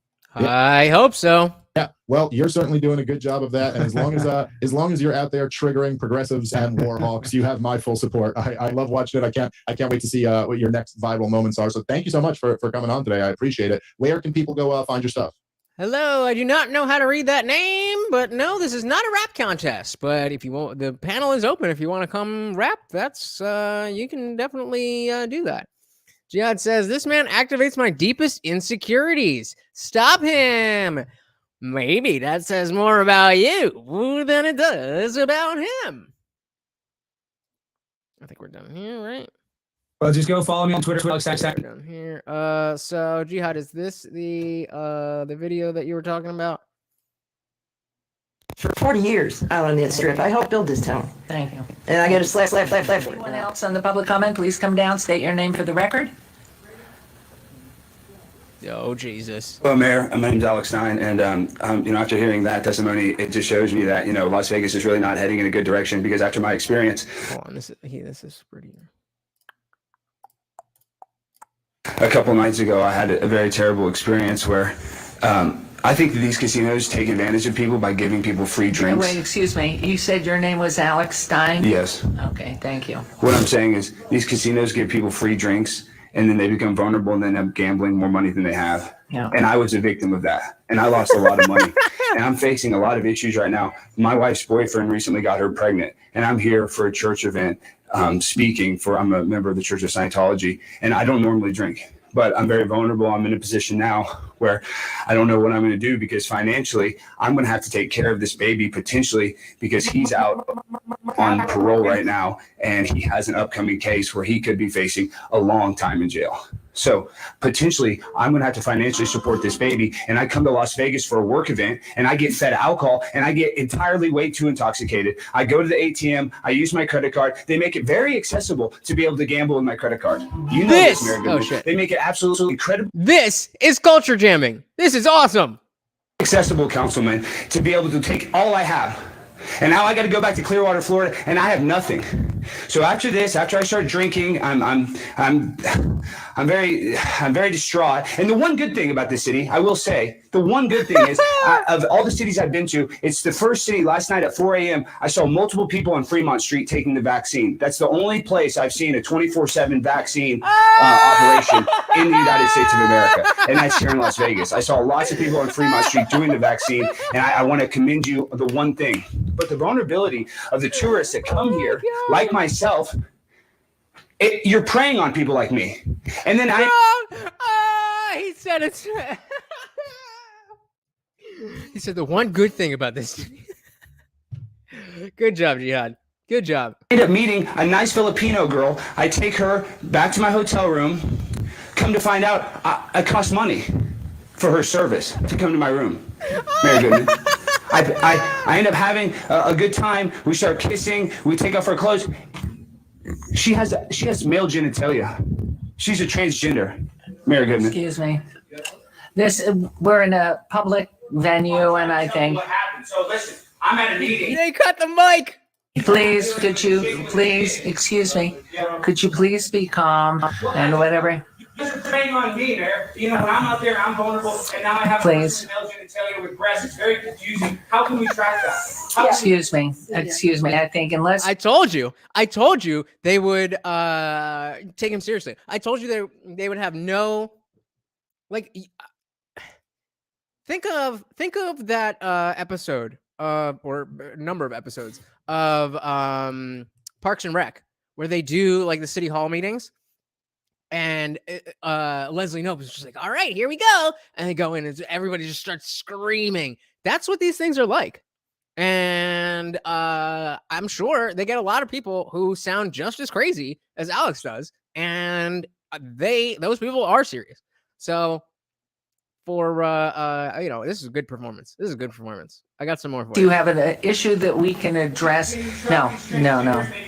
Please.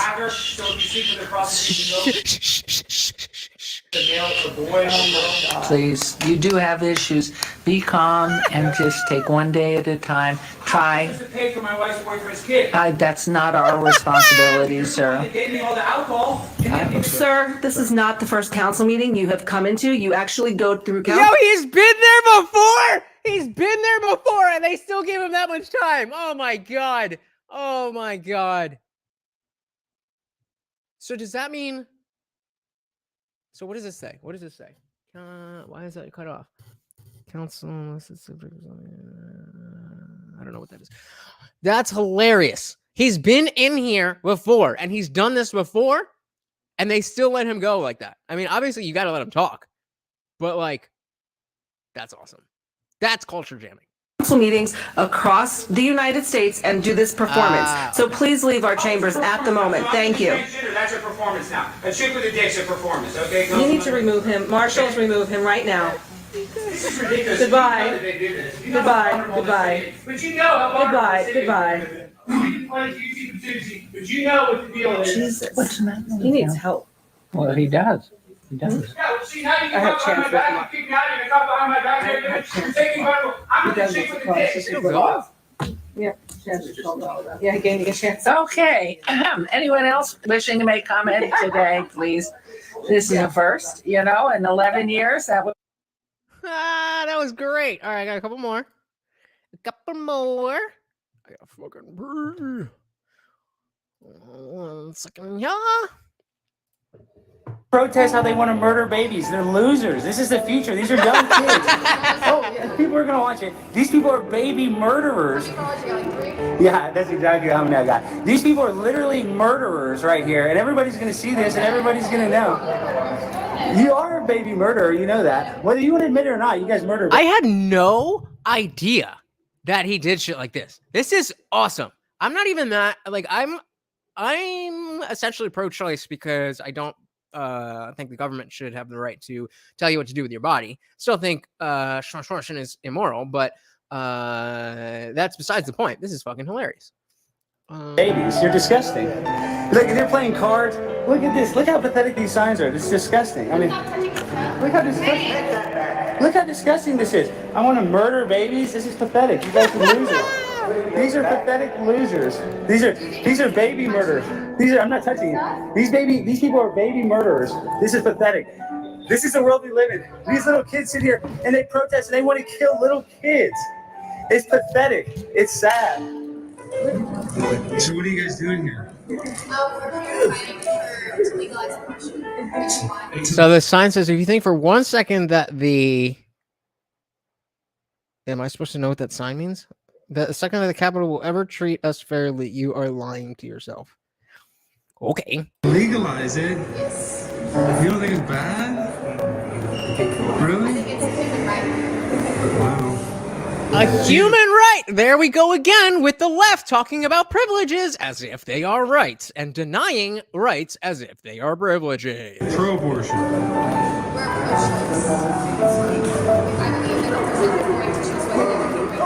We're at the Capitol, and this is at a abortion protest. So you guys just sit here all day? This is crazy.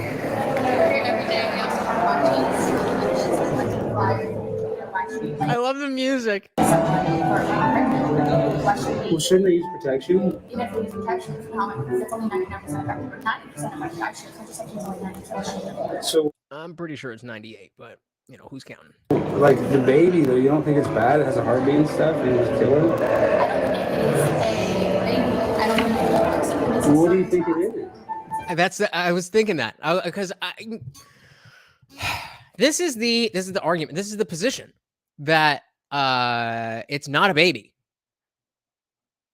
Okay, then what is it? Well, it's a couple of cells. Okay, is that not life? Half of these bitches are fucking vegan.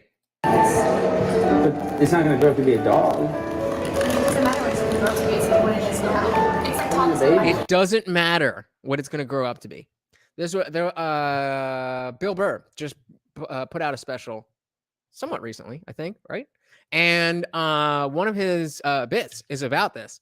And he's like, okay, and he's like an LA liberal. He's not super woke, but he's definitely an LA liberal. And he's talking about like, okay, I get it. Your body, your choice. Da, da, da, da. He's like, I'm just saying, there's an argument that if I was in the kitchen and I mixed some dough and flour and whatever and sugar and put it in the oven, and 2 minutes later you came in and you took the cooking pan and you just flung it across the kitchen, and I was like, hey, what the fuck did you do to my cake? I don't really think I would accept it. Well, it's not a cake yet. Well, it was gonna be if you just left it alone. Could you imagine if y'all got aborted? Would you have been happy if your parents aborted you? Yeah. I know, but wouldn't that be most abortions are done selectively? You know that. They electively do it. I don't think it matters. See, it should matter. And see, this is people that are even pro-choice believe there should be a limit. So do you think there should be a limit? So you think up until birth you should be able to abort a baby? That's insane. That's insane. Like, and when you understand how insane that actually is, then it really shows how lacking the pro-abortion stance is. There simply is there's nowhere else to draw that line of life. Birth is a process. That's like saying you're not born until you go through puberty, or you're not born until your hair starts falling out. Like, that's just an arbitrary thing that happens to people. Happens to who? To people. Happens to what? To humans. And so I don't think it is a moral thing to just electively go get the procedure as a contraceptive. I think that's an immoral thing. I think absolutely you are ending a life. I just don't think the government should be the arbiter of morality and be able to say you are doing something wrong, because I do believe in edge cases. I do believe there are, some horrific cases where it makes more sense to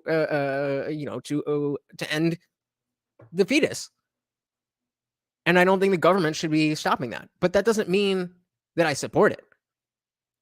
But she does. See, that's evil and demonic. These people are demonic. They want to murder a baby. She smiles at that. 9 months. You want to murder a baby before your kids? You have kids? Yeah. Why didn't you abort them? It's planned. Why didn't you abort them? Did you know that only one? See, this is a hypocrite. He even had his kids, but he wants other people to kill. You call us a hypocrite, and we don't think. You guys are murdering babies. Yeah. They're sitting here in the Capitol and they want to murder. Hey, we got Salty Plays Official. Welcome. Says, bro, my stance on the procedure, as we call it, is I'm okay with it. I just don't like the idea of women getting the chance to make the decision. That's something Andrew Tate said, or would have said. So the thank you for this comment, Salty Please. The question comes down to when does life begin? Then the second question is, what rights do the government have? So if you're okay with the procedure itself. No, please don't apologize. Thank you for being here. If you are okay with it, then you must first think that the line where life begins is somewhere after conception. And so the question is, okay, where is that line? And is that a scientific thing that can be used as a metric scientifically across all cases? And if not, then it's arbitrary. And so I would assume if you're saying you're okay with it, then you also agree that the government shouldn't be telling people what they should do with their bodies. But let me not assume. So, Salty Plays, let me ask you this: what is your position on the jab mandates? That has become a very poignant question when it comes to this.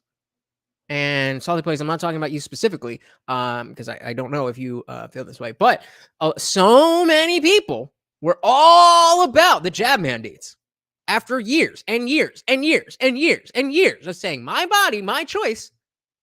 As soon as it was something that they wanted, they're like, well, we don't care. I don't give a shit about your body. Hey, we got Indie Film in the building. Welcome, welcome. Indie Film says the second question is, what rights does that life have? So I guess that's a similar question to where the government. So those two questions: where does life begin, and what rights does that life have, or what rights does the government have to interfere with that life? And then again, I think that I don't even know why I said again that time. I think a third question then would be, because the rights of the life are very different and usually juxtaposed from the rights of the government.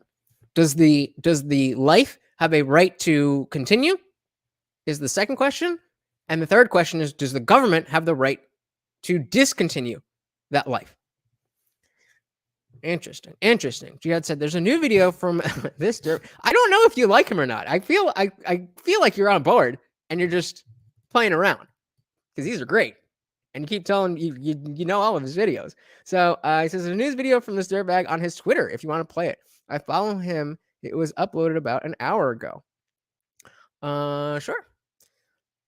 Salty says, I think it begins after a few weeks. That's scientifically speaking. The fetus becomes a living organism after 2 weeks. Also, sketchy. Oh, well, that's wrong because there is no process. There is no, or rather, there is only a series of processes. There's only one point that you go from not having a life to having a life. After that point, it's processes that change that life into a different type of life. That simply is inarguable. If you say when it has a heartbeat, then it is already there. If you say when it can have feelings or feel pain or whatever, then you're already saying that there's an it there. So you have to be saying that something that has unique DNA is not alive.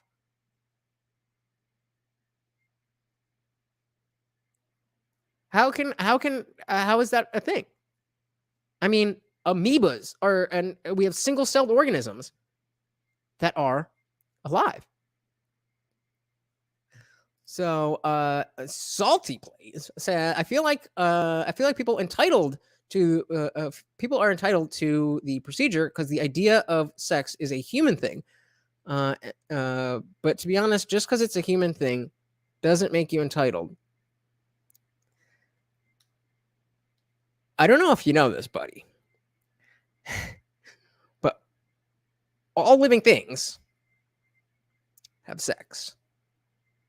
Maybe not all. I'm sure there's asexual reproduction in, like, again, single-celled organisms and shit. But all animals have sex of some sort. It's not just humans. Babies. Killing a baby is bad. What's growing inside him is not a dog. I know you guys are young now. You think you're making the right decision, but it's not. Like, have you had an abortion? No. Have you had an abortion? I know people. I'm telling you that murdering a baby is not good. You guys are. A fetus is a baby. Then what does it grow up to be? What does it grow up to be, bud? Bro. What is it in 3 days after conception? It's different than 3 days after 3 months. You know that. And it has a heartbeat. And it has fingers. And it has a hand. These people are evil. Okay, so give it another shot. Or panel's open. The link is pinned. Panel's open. Come on up.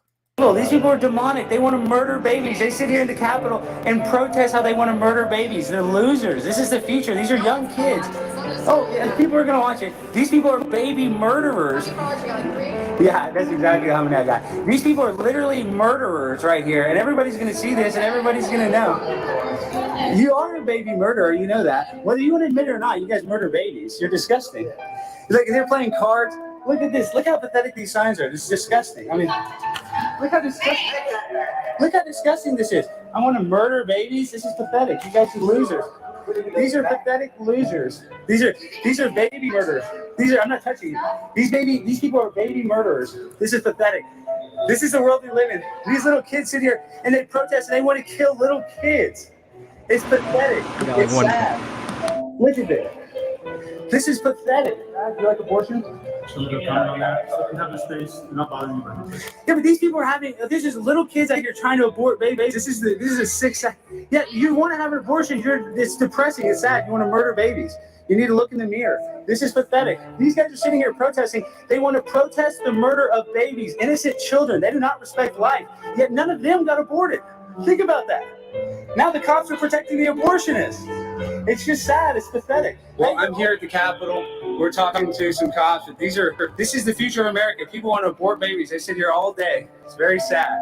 I worry about the future of America. I'm just leaving the Texas State Capitol. I just exposed an abortion protest. This is disgusting. This is a world we live in. There are people literally want to murder unborn babies. It's a sad reality. Well, welcome, Sketchy / Salty. How are you doing? What's up? Okay, so basically what I was trying to say before is that so basically from what I've looked into, most abortions happen not because of rape or incest or stuff like that. Whoa. Procedures, RPAs. RPAs. I knew that. But those are the only cases that I would at all support. But most abortions happen due to unplanned pregnancies, to be honest. Right. I feel. Wait. That's a good point. That's a good point. Most procedures are due to unplanned pregnancies. Mm-hmm. So the answer to that is to kill living organisms or to plan better. Well, to be honest, look at the world we live in today.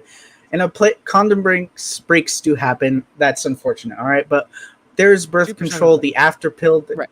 There's there should be no excuse. Exactly. Why you shouldn't have protected and safe whatever. Right. But so I had a talk why is with that an excuse for having the procedure then? So I had a talk with my friend that's liberal. He identifies as leftist. Somehow that doesn't make him Democrat. I'm trying to figure that out. But well, real quick though, remember what we were talking about, the difference between the voters and the politicians. It makes perfect sense to me. Yep. Yeah, I guess. But so I had a talk with him and I'm all like, okay, so I just got his take on it and he's all like, well, sex and stuff is like that is like what you said, an animal and human thing. It's part of life. But I'm all like, well, just because it's a part of life, I don't think it makes you entitled to have it. Even then, absolutely. I would strictly caution you do it safely. If you're not going to plan ahead, if you're not prepared for the consequences, you should not be doing it in the first place. I agree with you there, but you would then go on to say, even though we hold that value, if you mess up, it's okay, and you can just murder the baby.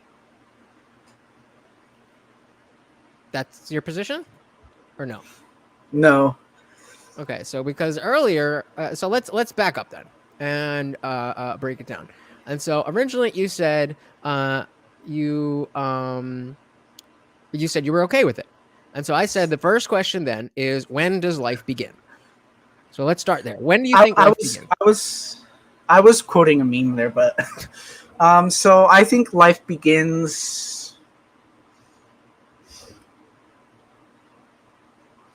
Well, I wouldn't say that it would have a heart yet or a brain, to be honest, but typically I'm pretty sure I've heard something about the fetus becoming a living organism after like 2, maybe 3 weeks. I can't quite remember, but that's when I think life begins. What about that time frame, or what about that? What happens from before that makes it a human? Nothing, I guess. Not that I can think of. So if it's not a human,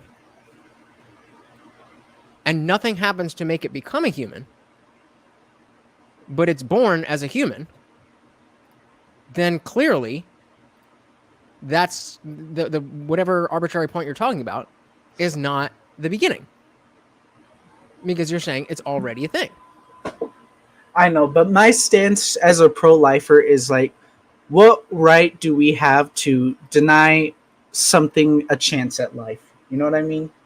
But exactly. But it sounds like you're talking out of both sides of your mouth.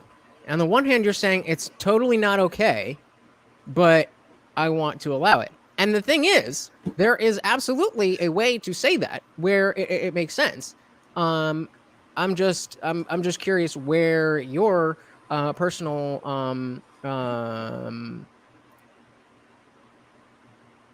sorry, 1, 2, 3, 4, 5, 6, 7, 8, 9. I'm just curious where you're where you're getting these ideas. So if we look at this is for every month.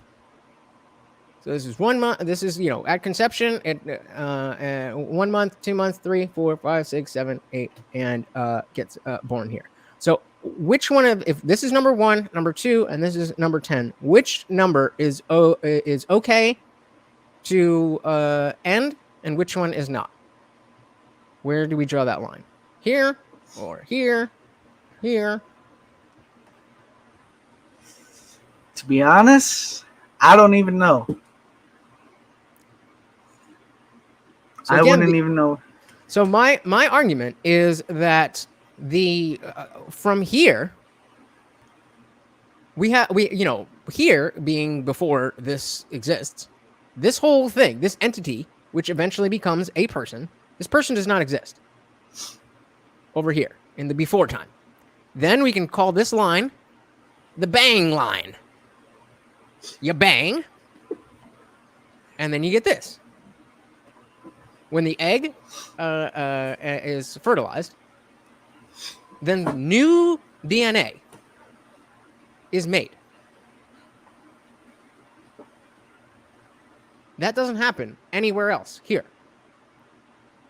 So if you are saying that it's not DNA, new DNA that makes a life, it's something else, then you would have to be the one to say that not conception, but this is what constitutes a life. And I get where you're coming from, that you don't necessarily see this as a human. You may not even see this as a human. But in the same way that you were once this, and now you're all grown up, you were not, nothing changed from your being. You were still the same person as when you were this size. And so that following that logic, this is the same as this, just at a different stage. And so it's still that life. So let's see what the free ego says. You can't even tell before 4 weeks most of the time that you're pregnant because your period is usually stalled if you're not planning for it. Not many people test a short time after having sex. They do if they're planning it. And that's the point, is that because the procedure is an option, people don't test short time after sex. People don't wrap it up. People don't take birth control. Because like, oh, well, worst case scenario, I got the old transformation. And the idea is that that is not a good thing. And just like you, I am morally pro-life. But as I said, I don't think the government has a role in getting in between you and your doctor. So that I agree with that. So I think that you and I probably agree, but especially when it comes to an issue that is so divisive, it's super important to be able to articulate your point, especially when it's not the mainstream narrative. You know, if you're pro-abortion, then you don't really have to know anything, because nobody's going to challenge you.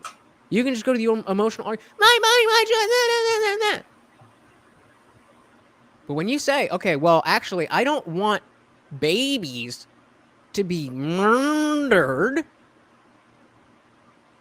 and then women think that you're taking away a right that they have, that's very important to be able to articulate that. So in the future, I would I mean, that's the way that I say it. That morally, I am pro-life. Legally, I am anti-abortion. And I think that it is an immoral act in 99.9% of cases, but there are exceptions to every rule. And because of that, I don't want the government to whatever. I don't want the government to get in the way of those exceptions that are legitimate exceptions. I think any, as Alex Stein said in the video, I think you can go up to most pro-choice people, and they're not in favor of 9-month procedures. Hey, we got Positile in the building. Welcome, buddy. Welcome, buddy. The panel is open if you want to hit that link. I can't pin that there. So I'll just drop it in here for you one more time.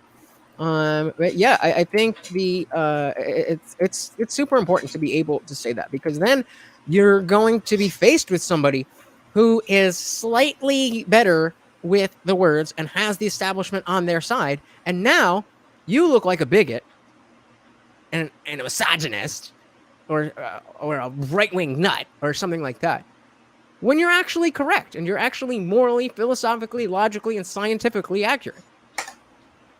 But that's what that semantic obfuscation does. It's my body, my choice when it's her. It's my body, their choice when it's you. All right, we got somebody else in the back. So, Sketch, do you have any last words for the people? Nope. I'll be starting up a channel like yours sometime soon. I'm always gonna probably look into my content before I even start to post, but just keep an eye out. Awesome. All right, well, thank you so much for coming up, buddy, and I will see you next time. All right, we got Jihad in the building. What's going on? How's it going, IndianJesus? Can you hear me okay? Loud and clear. How are you doing? I'm doing all right, man. I just wanted to kind of carry off where what's his name? What was the guy's name that was just here? Sketchy Plays? Sketchy, yeah. He was saying Sketchy was saying something about right, and we don't have the right, or do we have the right? I kind of get the gist of what he means by that. I mean, my kind of question is, my statement is, I'll say first, man, to be clear, is, I mean, I don't even really think we have rights, man. What is a right? I would like to ask you first, like, what do you think is a right? What do we describe? Let's get an agreement on what a right is. That's a good question. So, a right, I think, is something that is inherently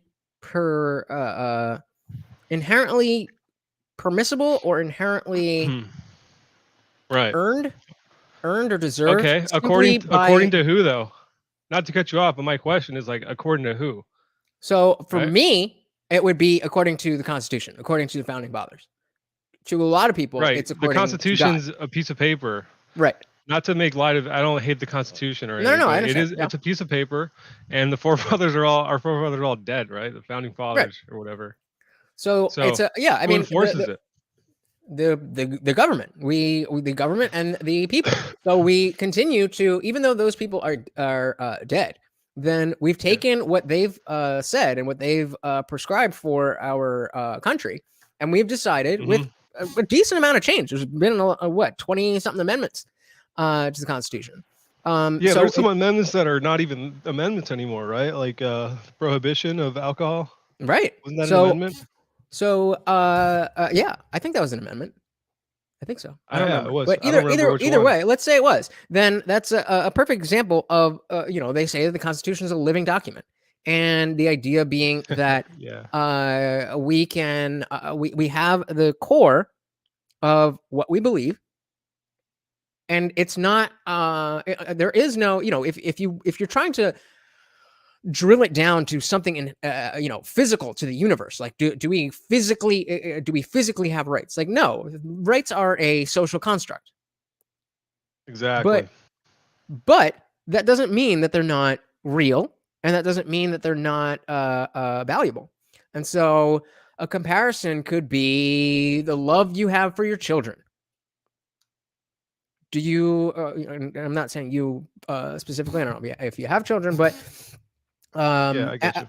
Any parent, the love for their child is something that isn't prescribed anywhere in writing. It's not going to kill the person if they don't love their children for whatever reason, but it's something innate that is what's the word? It's something innate that is, I would say, aligned with morality. That's the best I got for you right now. I mean, there's people that fucking hate their kids though, right? Well, exactly. So the love of your children is not something that is tangible and physical, but it's right. But again, like the rights thing, it's sort of this thing of like what I think with rights, it's something we're willing to defend, and in this instance, it's like something we're all kind of sort of in agreement with. In that, yeah, like if you have kids, you fucking love you hear all the time from parents, you love your kids, and it's unexplainable. It's ridiculous how you're able to have such a big heart for this little human in front of you. You know, it's almost involuntary, and I could totally rationalize that, even though I don't have kids, right? Yeah, same. And so when it comes down the comparison to our rights being that your rights can be infringed. People can take away your rights. Just like, you can take away the love for your child. What rights could be violated by like a private person? Because we know with the big argument with these corporations and with YouTube and everyone banning people is, it's a private corporation, they're allowed to silence you. But the thing is, the government is not allowed to silence you. Right. So I mean, the easiest example would be your right to life. But is that an amendment? That's not. Is it? No, but the are right we talking to life about it in our like proverbial rights? Or are we talking about actual rights like from the Constitution? So what was that? I think it's in the Declaration of Independence, not the Constitution. It's life, liberty, and the pursuit of happiness, right? Was that the Declaration? Yeah, that's in there somewhere.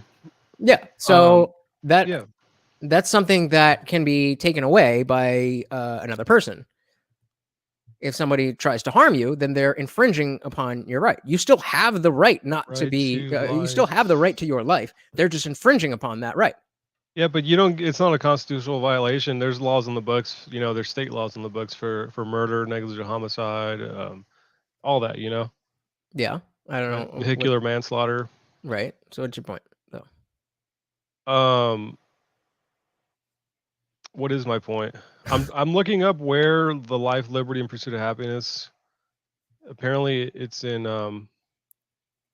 It's in the Declaration of Independence, as this phrase gives 3 examples of unalienable rights.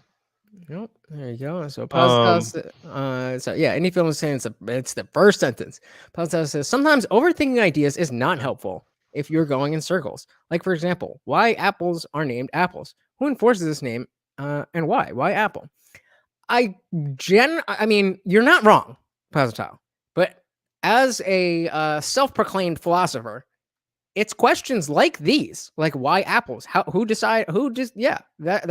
a question that we can contend with because we understand that we're not looking to change the name of apples. We're not looking to, we're not looking. It's just a mental exercise, and so yes, Exactly. overthinking ideas when you are looking for an actionable conclusion can be detrimental. But just thinking about stuff, I don't really think it hurts anybody. I'm happy to go around in circles about like, well, where does a right come from, and is a right a social construct, or does it exist without that's hey. And he felt sorry. The second sentence: we hold these truths to be self-evident that all men are created equal, that they're endowed by their creator. And notice it does not say God. It says their creator. Creator. With certain unalienable rights.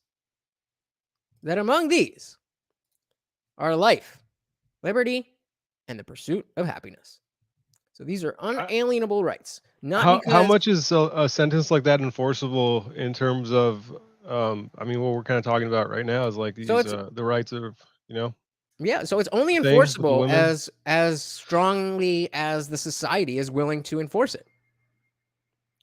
Absolutely, And that's what I people. think, man. I think these women try to say that it's their right to make the choice for themselves. That kind of conflicts with our the documents that are founding of our country, right? Yep, this is exactly the semantic obfuscation that I talk about. They having the procedure is a privilege, even if it's a horrible, terrible thing. You just by having the procedure, you clearly would rather have the procedure than have the baby. So that is a privilege that you get to choose that. And it was, in case law by Roe v. Wade and Plessy. Was it Plessy versus Ferguson, or is that a teacher thing? You know what I mean? The two big. I don't know. I know there's the one. I do think there's a secondary one. Yeah, Roe v. Wade. I think it's Roe v. Wade and Casey something. There's the two big ones, and those were laws. But the Supreme Court determined that those were they are laws. They were like rulings, weren't they? They were more rulings. like Yeah, rulings. they were Which is kind of weird, right? That we can create laws through effective laws and structure through judges deciding, oh no, that's allowed. Where does that come from, right? That's why it got overturned, really. Because why the fuck should a judge be able to say that something's legal or illegal? Well, there is the idea is to have the law be applied equally. So there's precedent. So in Roe v. Wade, they ruled this way. So that means in the future, it would be unfair to rule differently because they ruled this way in Roe v. Wade. That's weird. Because what if they were wrong, though? What if they were just exactly. wrong? So then if they are wrong in any precedent, then you bring it up to the next court. And they make decisions, so you could appeal again. It goes all the way up to the Supreme Court, and then that's the law of the land. And when it went to the Supreme Court, and they finally actually looked at it because it went to the Supreme Court like 40 years ago, then they decided it was unconstitutional, and that judge that originally made that ruling was not that they didn't have the right to make that ruling, and so that precedent goes away. And so because that precedent is gone, now there's new laws that can be put into place one way or the other. Yeah. I think a lot of people are focusing on the red states that are that had the red flag laws, or not the red flag laws, You're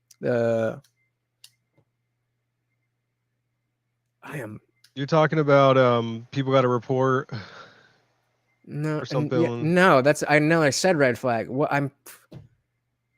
trigger laws? whatever it was, where they had laws in place that if Roe v. Wade were to be overturned, then the procedure would become illegal immediately, like Texas. Was that already in place, or is that just something that they started Well, setting up? once the leak came out, once they knew that the Supreme Court was going to be giving a ruling on Roe v. Wade and overturning it, then any plans for like, okay, this is what's going to happen. That I think there was stuff, I think they were doing stuff before that, but definitely once the leak came out, then all of these red states were like, okay, if the precedent is gone, then I would imagine the legal language would be something along the lines of, as long as the Supreme Court says XYZ, we will follow that. But if that is ever changed, then ABC. So the moment that it changes, it's already written into their laws that they were already being held back by the Roe v. Wade precedent.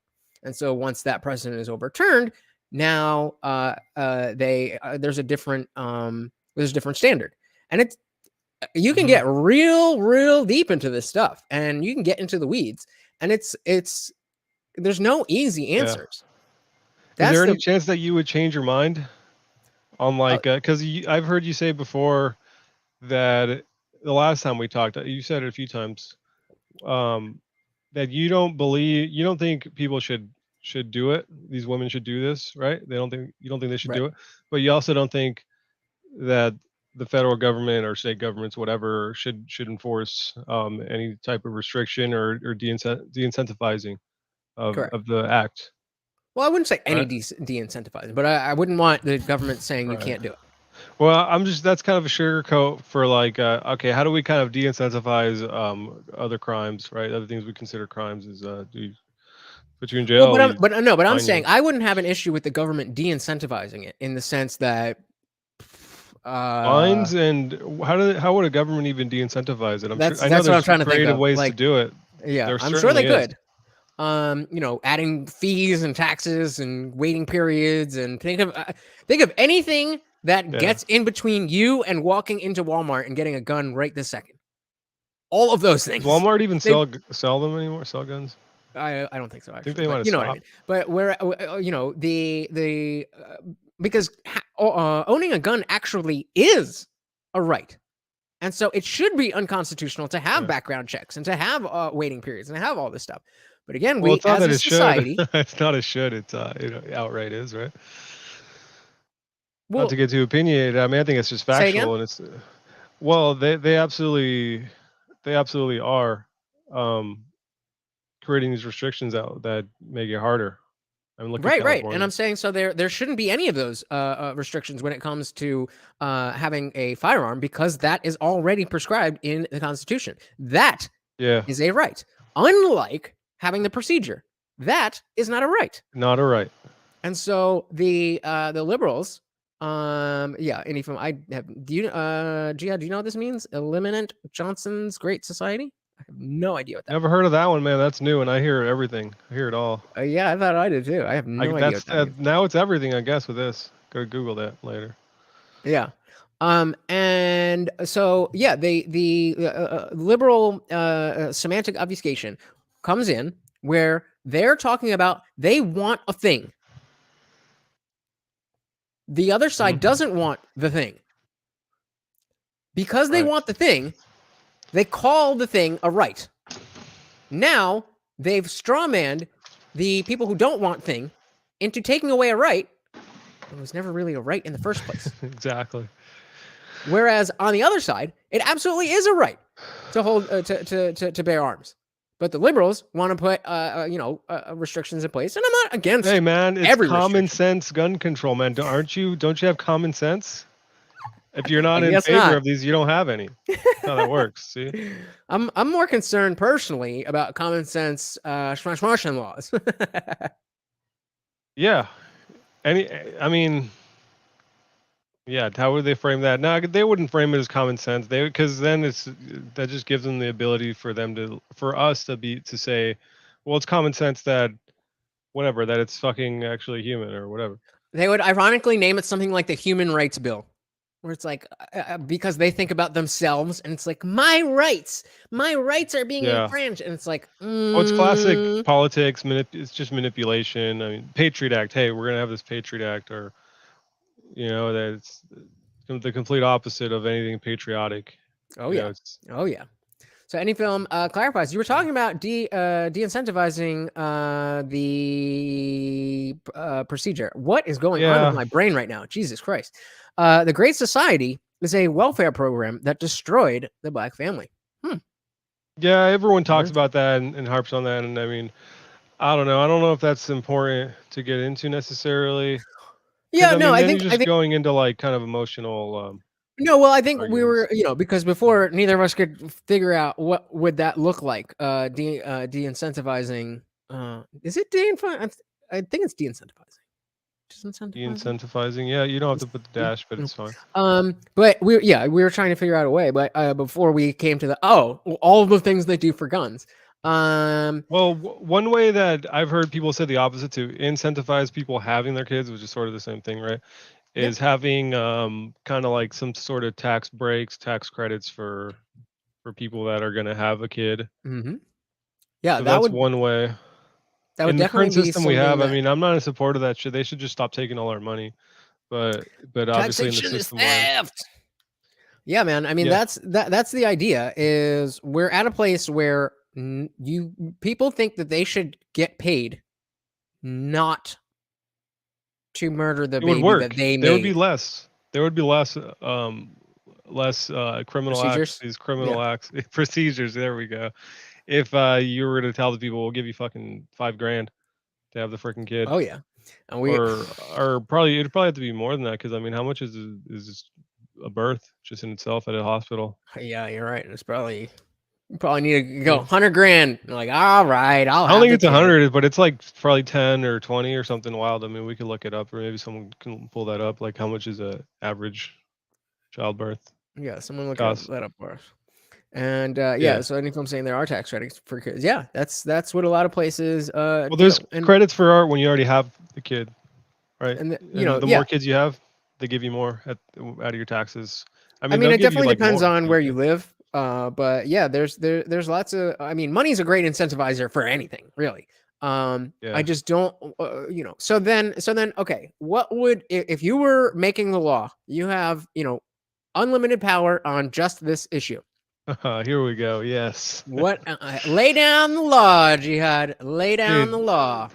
I want fucking raids. I want full criminalization. Just shut down all these abortion clinics. I mean, that's what it would look like, It'd be full de-incentivization and proactive enforcement, man. Shutting these people down and You would make it arresting illegal. people.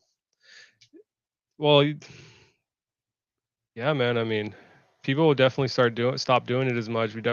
It's all Oh, for about sure. creating a culture, dude. It's about creating a Yep. culture. So if we create a culture of it not being allowed, and hey, this isn't going to happen, guess what? It stops happening.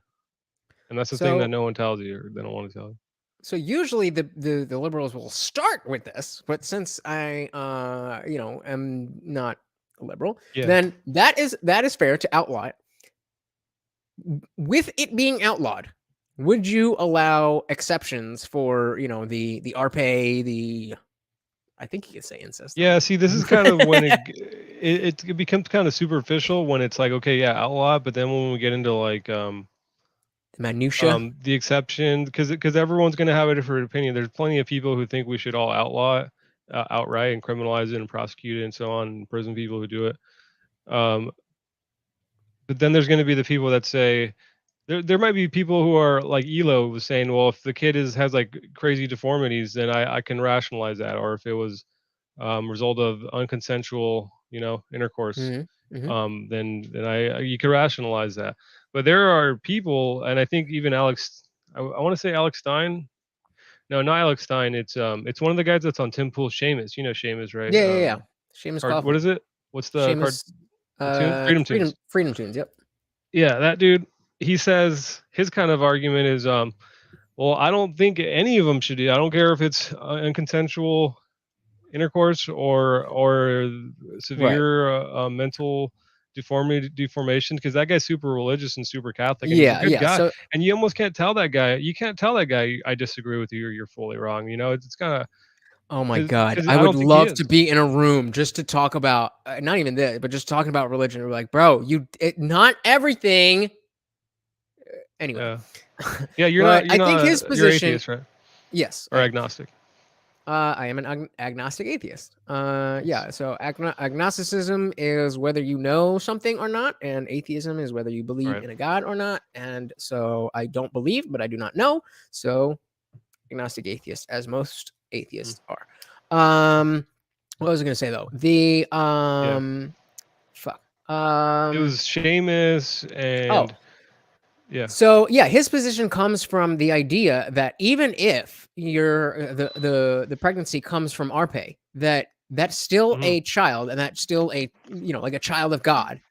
And Yeah, it's compelling, man, because these people will say that there's like, there's people out there, man, that are like anti procedure activists, and they are the result of the unconsensual contact, man. And they say, look, I'm happy to be alive, and it's unfortunate that came from that incident, but I love it here, and this is great.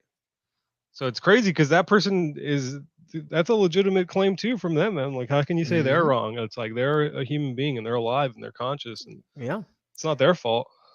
Yeah, I definitely agree with that. And if I'm going to come back to this in a second, I agree with that. And like personally, that's why I stand where I do morally. I agree with him morally, but when it comes to legislation, I don't. There's just too many variables that I don't know if a 10-year-old girl gets RPA'd by her dad and gets pregnant. Like, yes, okay, I acknowledge that is a life. That is a life. However, I do think there is an argument to be made for the overall well-being versus suffering, or the overall benefit versus disadvantage. That argument can be made, and every situation is different. And so I would like for society, like you were saying, we need a culture around this. The culture around it should be, this is a last resort in the worst cases, not just some contraceptive idea. But I don't know, even though I don't trust people to behave that way, I trust the government even less to get in the way of medical procedures. So let's say Indie Film says, well, yeah, if it's not an option, then people will start taking more precautions. If a conception is a result of an RPay, it's still a life. So if you are against killing it, that would actually put her in danger trying to take that baby to term. I think that's where it makes a lot of sense, because a 10-year-old girl's body probably can't handle that. So like those types of things, that's where, like, yes, it's a life, but so is the little girl, and no matter what you do, that's going to be something that I don't think a government should ever be able to say, you have to go through this. She didn't choose it. If you chose it, then you made your decision. If you're an adult and you made a decision, then that's a completely different story.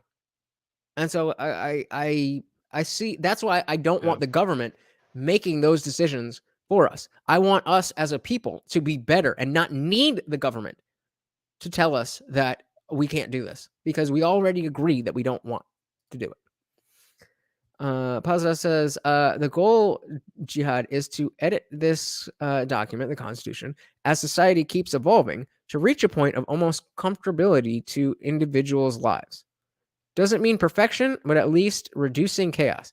By the way, we humans love chaos. There is no beauty without chaos. So the only thing I'm reading it, to reach a point of almost comfortability. What do you think about that? Man, Jihad? this is like some vague. Like, come on, dude. Be more specific. What do you think about so Posital, can you give us a little bit more? Can you elaborate on what you mean about the comfortability of to individuals' lives? Because that's the part that sticks out to me, and I don't know. Like Yeah, when I'd it be comes comfortable with like a Ferrari, dude. Should the government give me a exactly, Ferrari? that's what I'm thinking. Is that I don't know if I don't know if comfort is the right word. I think I agree with the sentiment that you're getting at. I think, but I'm not really sure what it is that you're saying. Indian Film says the Constitution is not a living, breathing document. Yeah, what does that Isn't even it? mean? When people use that, aren't they Means it's using it to say you can change it or yeah, something? Or yeah. That's what what it does that means. mean? It grows, it It changes into something else. well, it means that what's prescribed in the Constitution, we change it. We add amendments. We take amendments away, and so they just mean it continue. You know, Yeah. it has a life cycle. But that's like Unlike that's an unborn baby. Thank you. yeah, I I'll don't be buy here it, every Monday, dude. Wednesday, Friday at 8. I don't buy it, man, because like what if they want to take away freedom of speech, the First Amendment? Well, you absolutely can, but you would have to get the votes for it. So if everybody voted Yeah. for I think abolishing there's a the First reason it's the Amendment, First Amendment. There's a reason it's the first one. It's like probably because they don't want to get rid of that one. They're gonna right? replace it with another one, But or what? theoretically, we absolutely could get rid of it. And if Well, you we think already about, have. Let's get to it, man. We already have. I don't know if you know who Dr. Shiva is. He's a fellow Indian gentleman like yourself. Doctor, Google him. Pull up his Wikipedia, and if you're Dr. What? as woke, unironically woke as I feel like you are, you're gonna see the What is it, Dr. horse What? crud. Shiva? Dr. Shiva Ayudari. He's got a Wikipedia page, and of course, it's a giant smear job, like they do with anyone they don't like. But basically, they told Twitter to ban him from Twitter, which is uh, it's a fucking violation of his rights. Government can't tell people who to silence, and he's actually suing them right now. So wait, First what do they Amendment's do? already dead. I have it here. What do they? What do they do? He was basically on Twitter, calling out like,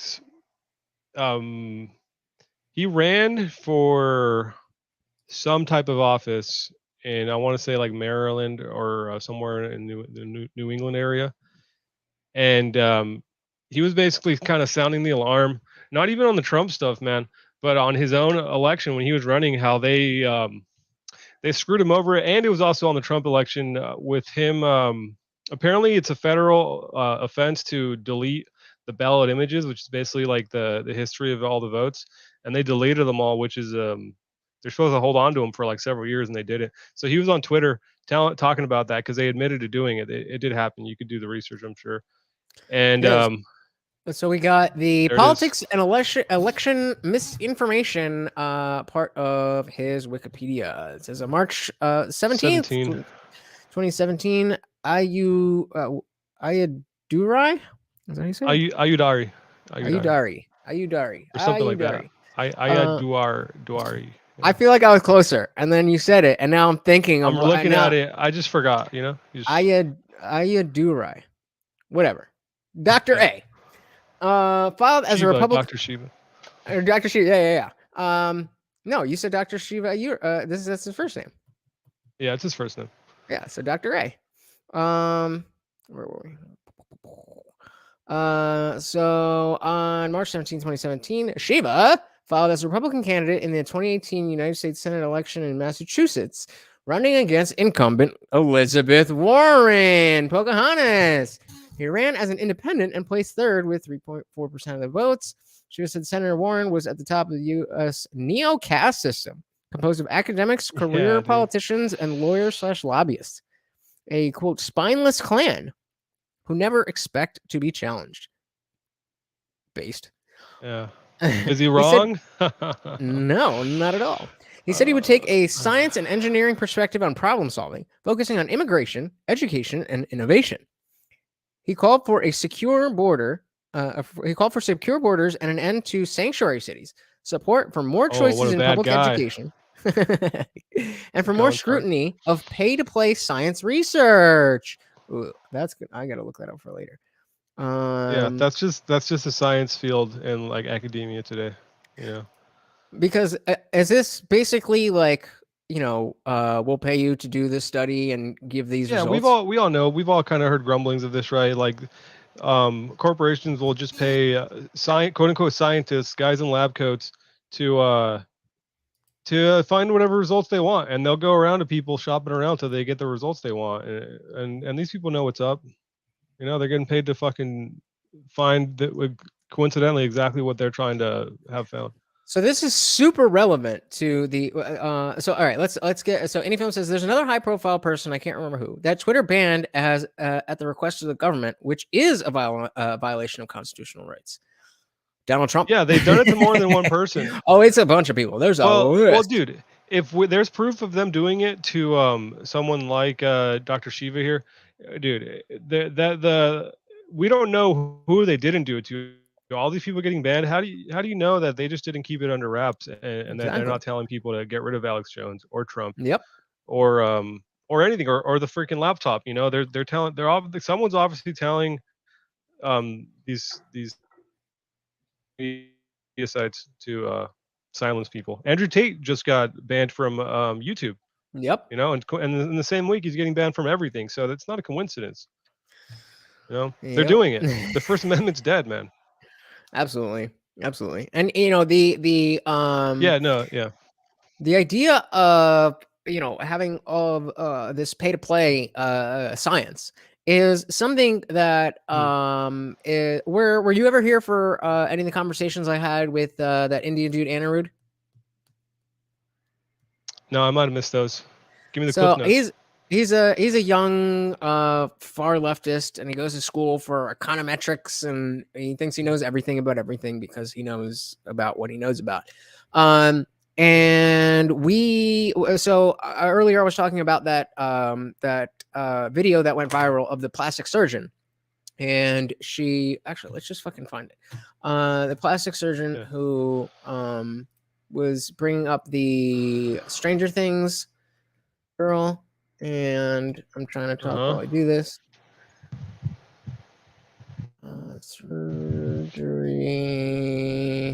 Stranger Things. Okay, maybe it'll be better if I. There we go. Yeah, there we go. It's not this one. Imagine being so famous. Oh, god damn it. Can I just get the goddamn video? Is this it? So was she like saying that this chick needs plastic surgery or something? She was just saying she could help. Let's see if. Okay. What is wrong with you? Also, sorry if I gave you flashbacks to your childhood. The specific you that I'm talking about here. Yeah, okay. Is Miranda Wilson. Miranda is an aesthetic nurse practitioner out of California, and so essentially she injects people's faces with chemicals for a living. Part of that plastic and cosmetic surgery industry that's booming. Hold on there. Hold on. Any film. It says the thing is Twitter could ban whoever. The government requests. Okay, that's what I was going to say. So the government requesting or telling them, and then they do it, is a huge problem. Exactly correct. I don't think they have to do it. I think just they're probably doing it. But even if they told someone to do it, I think that in itself demonstrates malice. And if it's not a constitutional violation, But the point is, there's definitely malice. But the point is, they're still a private company, and they're allowed to do whatever the fuck they want. The fact is, they're not applying their rules evenly. But at the end of the day, they're a private company. Whether they should or should not be under Title 9, fucking something 20. I know what you're talking about. I The publisher versus platform. What is that?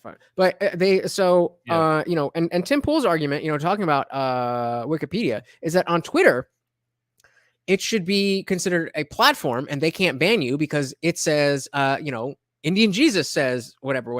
It doesn't say Twitter says whatever. But thank you. 203. What is it? 203? I don't. Whatever. Doesn't matter. But on Wikipedia, anybody can say whatever they want. But it doesn't say said by Bob 655. It says by Wikipedia. So anything that's incorrect on Wikipedia should be treated as if they are a publisher, just like if a newspaper were to publish something false. But Twitter can ban whoever. But as any film said, if it's the government who's telling them to do it, then it's it's when they do it. Yeah, that's when it breaks the First Amendment. But yeah, let's get back to this.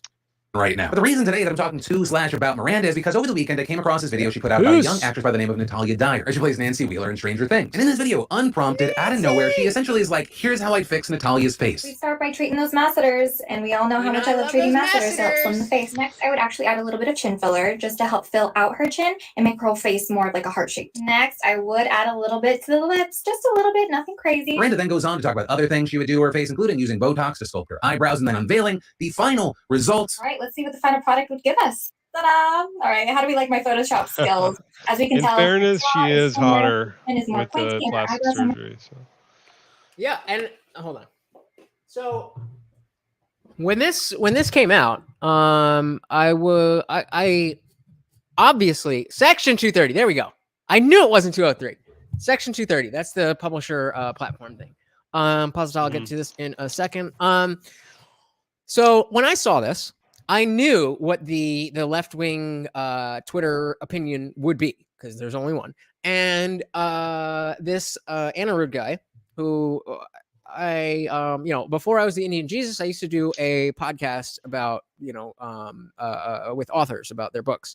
And he wrote, ironically, a book about masculinity. And I thought it was going to be like some red pill conversation, but he's a male feminist. Anyway, yeah. So he saw us. So I like retweeted this, and I was like, "Oh, this is so terrible." Something along those lines to bait leftists into saying that this was so bad. And then I would say, like, "Well, what about giving puberty blockers to kids or whatever?"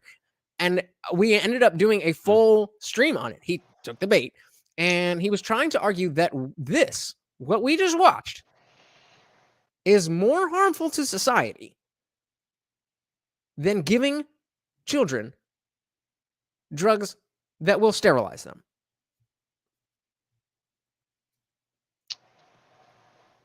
How you get there, I have no idea, but that's what he thinks. And it was like 3-4 hours. We were going at it, and I'm like, "Yo, like, no, you're wrong."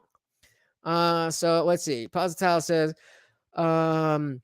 like equality of ideas that become, let's say, laws or rights that benefit or assist the individual. So we're going back to the comfortability thing. So the like equality of ideas that become laws or rights that benefit or assist the individual. Doesn't mean all ideas are correct, but ideas that benefit our society in every factor should become laws or rights. Now these ideas can be temporarily correct. Murderers. Hold on, but let me just finish that. But the goal is to reach peace. But personally, I think peace will never be reached. I definitely, I disagree. I think so. Going back to the original comment, is that you're talking about specifically the Constitution. I don't think the goal of the Constitution is to bring comfortability. I think it's to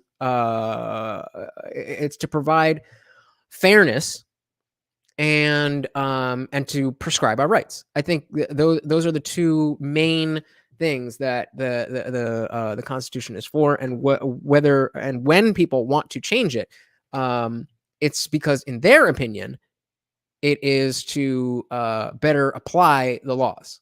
Whether they're right or not is a different thing, but so Frigo says these private social media companies, quote unquote private social media companies, should either be broken up or have to fully disclose themselves as partisan publishers the moment they receive financial assistance and or orders from the government. Preach. Posital says, but the goal is to reach temporary peace relative to the present society. Yeah. Okay. This so is just jibber jabber, man. This guy. Yeah, I'm with you. We're all in fairness. But yeah, my point with this was that the leftists will they don't have a consistent worldview. You cannot be okay with giving puberty blockers to children and also think that this is horrible for society. Those are incongruent. Wait, I'm curious. What's the connection there exactly? So the medical intervention and so you know what? Let me see if I can find the actual tweet, because he was saying that we shouldn't tell women to get plastic surgery, and we shouldn't be telling men to use like steroids and such. I'm never gonna be able to find this. Fuck that. Yeah, that was a while ago. And I was saying, if you know, I agree with you that this video, plastic surgery video, is not ideal for women's body image, but it is nowhere near as bad as telling children that they can change their biology. But he disagreed, so the fight is still alive. Any film says, 1, I don't think the Declaration of Independence or the Constitution had much to do with peace. It was all about protecting individuals from government. Absolutely. Absolutely. And I don't know. I think. Say again? It's exactly what it was. Go look at like, right to remain silent, right to a fair trial. Soldiers can't be quartered in your house and eating your food and having their way with your daughter in wartime. That was because those things were all going on beforehand. Right. So all of those things, yeah. The idea of these documents were, hey, we don't like that the monarchy, the King James, right? King James was one of them fucking kings, man. One of them. He had too much power, and they didn't want, even though they started a new country here, they didn't want the same thing to happen. And so they put in checks and balances, that being rights of the people and different branches of government, among other things, to help keep a balance. Understanding that a society that that is going to operate is going to need somewhat, I want to say somewhat malleable, but also explicitly clear prescriptions as to what to do. To answer the second question from any film, it says, where's Wesley? Wesley came in and said his normal shit. Let's actually, the last money you shall ever have is the occult money. 32 grand. Oh, weird. We're receiving Satan's omni branding tattoo. No Christian of Jesus shall ever receive the mark. On the day all having omni tattoo fall dead on earth, Jesus shall say to them, I do not know you. A rock! George the Third. I asked Jesus to put a rock in all the mouths of Allah today. Swallow your... Yep. Perhaps it means yours. August 22nd, 2022, Jesus Christ puts a rock in the mouths of all of Allah on this day. Bye, Carnival Punk! I don't know if we're going to be seeing him again. But, yeah, King George III. Thank you. Any film says, I think both are horrible. Plastic surgery for strictly cosmetic issues rarely turns out well. Telling children they can change their biology is a lie. Trans equals the new lobotomy. I think it's I go with the new goth. I think that's funnier to me. But yeah, 100%. 100%. And that was pretty much my position, is that, yeah, it's not really the best thing to just take people and be like, hey, I can make you look better. I can chop you up and make you look better. But what's worse is doing it to children. And so when I see this guy who I know is for gender affirming therapies for children come out and say, oh, this is so horrible, then I just got to question, how do you square that circle? I feel like you're strawmanning these people a little bit, man, because you're kind of presuming that they would agree that that's bad, the plastic surgery suggestions. So you're kind of trying to catch them in some sort of hypocrisy. All right. So luckily, I mean, a bunch of shorts. So we don't have to go through oh, burn! It's actually gender disaffirming. Super facts. Pause. So I'm not saying it's saying that it's 100% pro peace. But think about it. Why laws and rights evolve? Why they eliminate laws or change them? What's the goal? Yeah, I think you have a point there. I don't think that's the main goal, but I do think you have a point there. All right, so let's scroll past all my Sneeko and Andrew Tate stuff. Okay, so let's see. Andrew Tate. So you've talked about Andrew Tate a bunch. I must have missed it, man. Trying to get them views, son. You haven't done anything on him being banned from YouTube and everything this week? No, not yet. I will. Don't you worry. All right. So this is from that stream. You have two scenarios. You have parents who want their kids to transition. They have their daughter, they believe she's expressed that maybe she's a boy. They think, okay, I think we should transition her to a boy.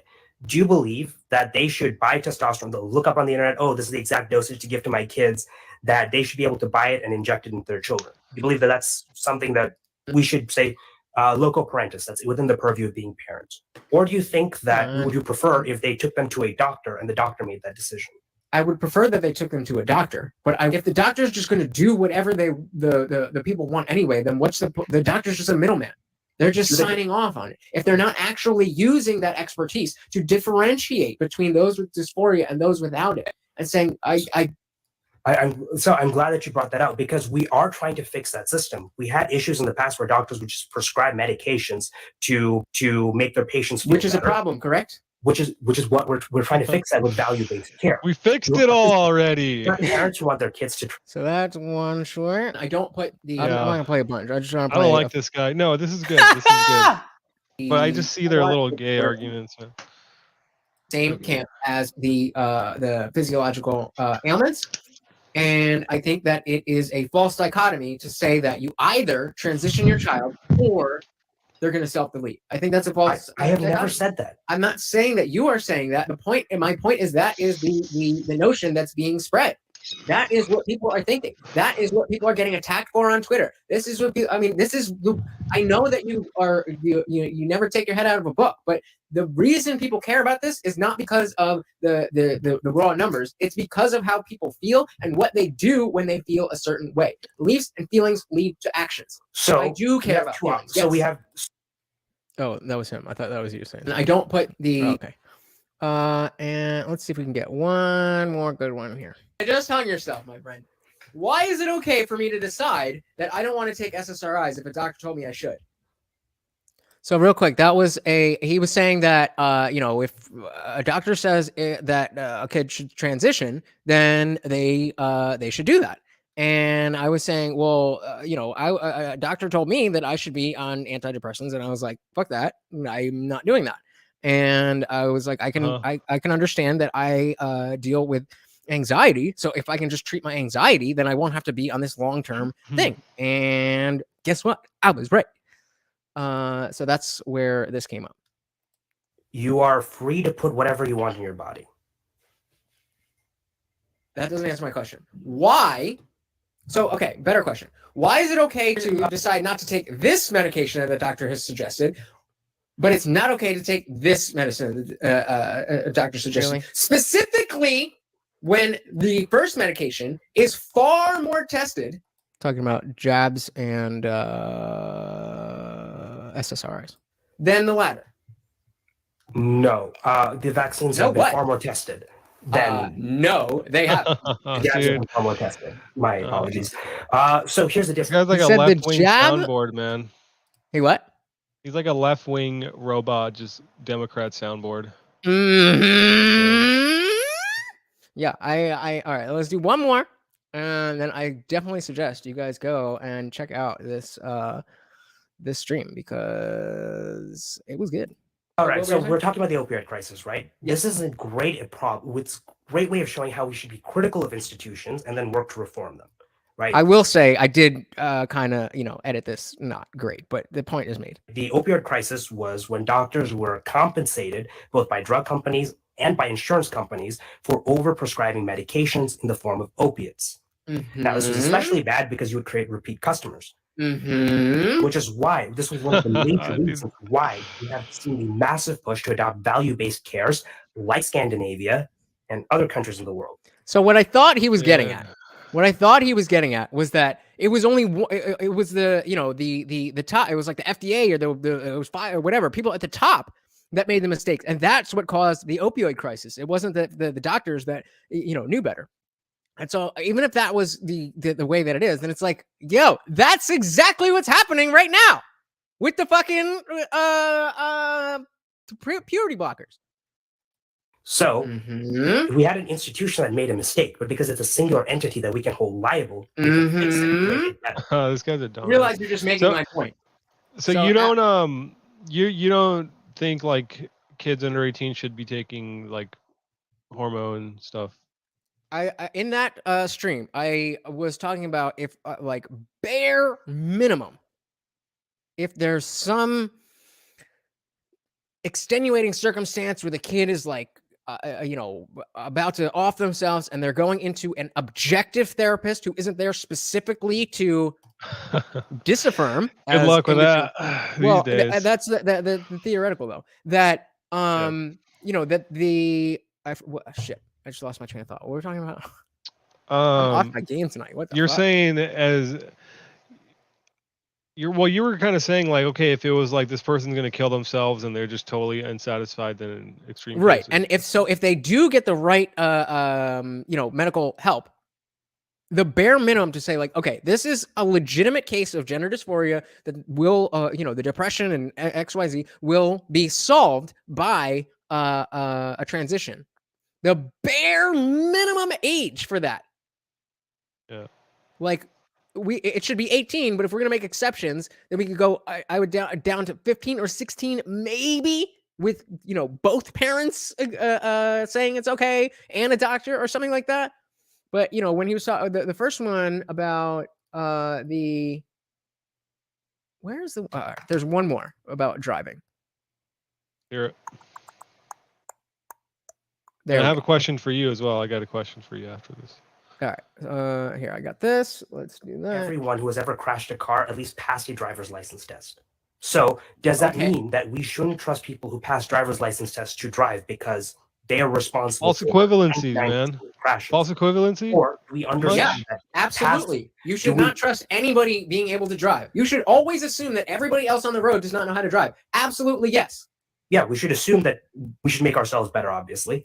But should we not let people drive or should we do away with licenses because, well, people are going to crash with license, people are going to crash without licenses? Or do you believe that putting licenses into place would reduce the number of car crashes we have? I do believe licenses decrease the number of crashes. However, that's an institution. We're putting our trust in if you were able to just go and get a license because you felt like you were good enough to drive and they were giving out licenses on that basis, then I would say, why even bother with the licenses? Everyone who has ever crashed a car, at least. So that, he was talking about the fact, well, these gender affirming therapists are licensed. So what's the issue? What do you think about that, man? Is that some sort of like an appeal to an authority? Absolutely. Absolutely. And I called him out directly for that appeal to unqualified authority. Is there, but is there merit? I feel like there is merit to that in that, like, sure, you're appealing to authority, but then in a sense, you're also appealing to someone who might be an expert.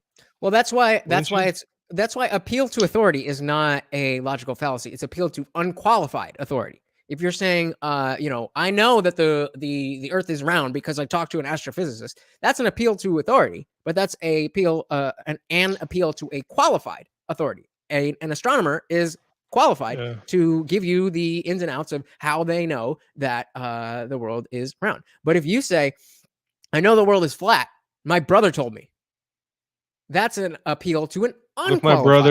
What if my brother's an astrophysicist, though? then he's off his rocker and he needs to be fired. Let's see here. So any film says, I would prefer that when the boy says, I am a girl, that the parent says, no, you are a boy. Now go outside and fight. Facts. Diet and exercise fix most ailments. All the jabs are still emergency use. That's not true, is it? I thought the unless they, I don't know. I mean, I don't follow this shit. I don't take it. But I thought they got the FDA approval, and that was like, well, now everybody said they're not FDA approved. You got to take it now. It's like, no, there was other issues with it. That was just the easiest fucking one to say to you. Indie Film goes on to say the right medical help is never a transition. It's impossible for someone to change sexes. Telling them that they can will only result in disaster. And not everyone that has crashed a car had passed a driver's license. So many people on TikTok said that. Or they had their license revoked or something, suspended for whatever reason. And then another great point is lobotomy surgeons were licensed also. Gotcha.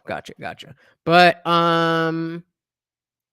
so this is a bit when we're talking about politics and legislation and stuff. This is too broad of a statement for me in the context of legislation.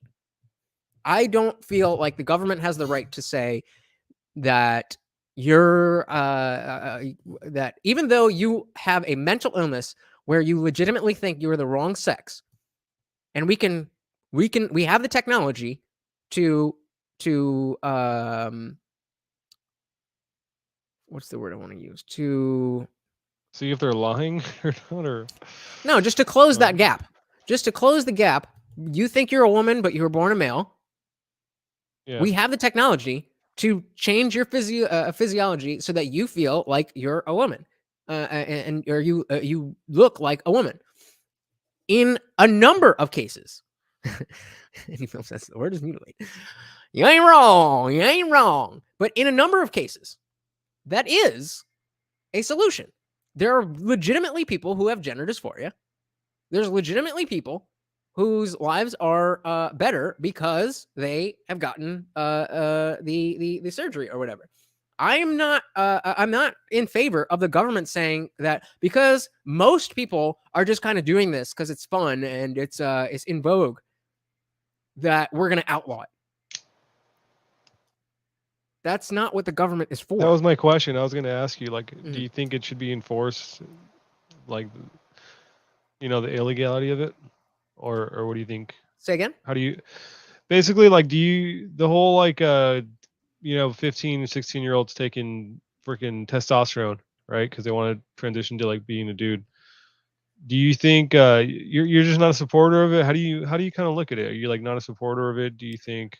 Yeah, I generally think it is a delusion. Well, it is a delusion, but in some cases, it is a legitimate delusion in the sense that I do believe gender dysphoria is a real thing. I believe there are people who are, they identify with the opposite sex in such a strong case or in such a strong sense that as adults, if they decide that their life will be better if they mutilate themselves. I mean, this is a form of mutilation. I got mutilation all over my body. I got mutilation all over my fucking. That's mutilation, but it makes you feel better, and I'm an adult.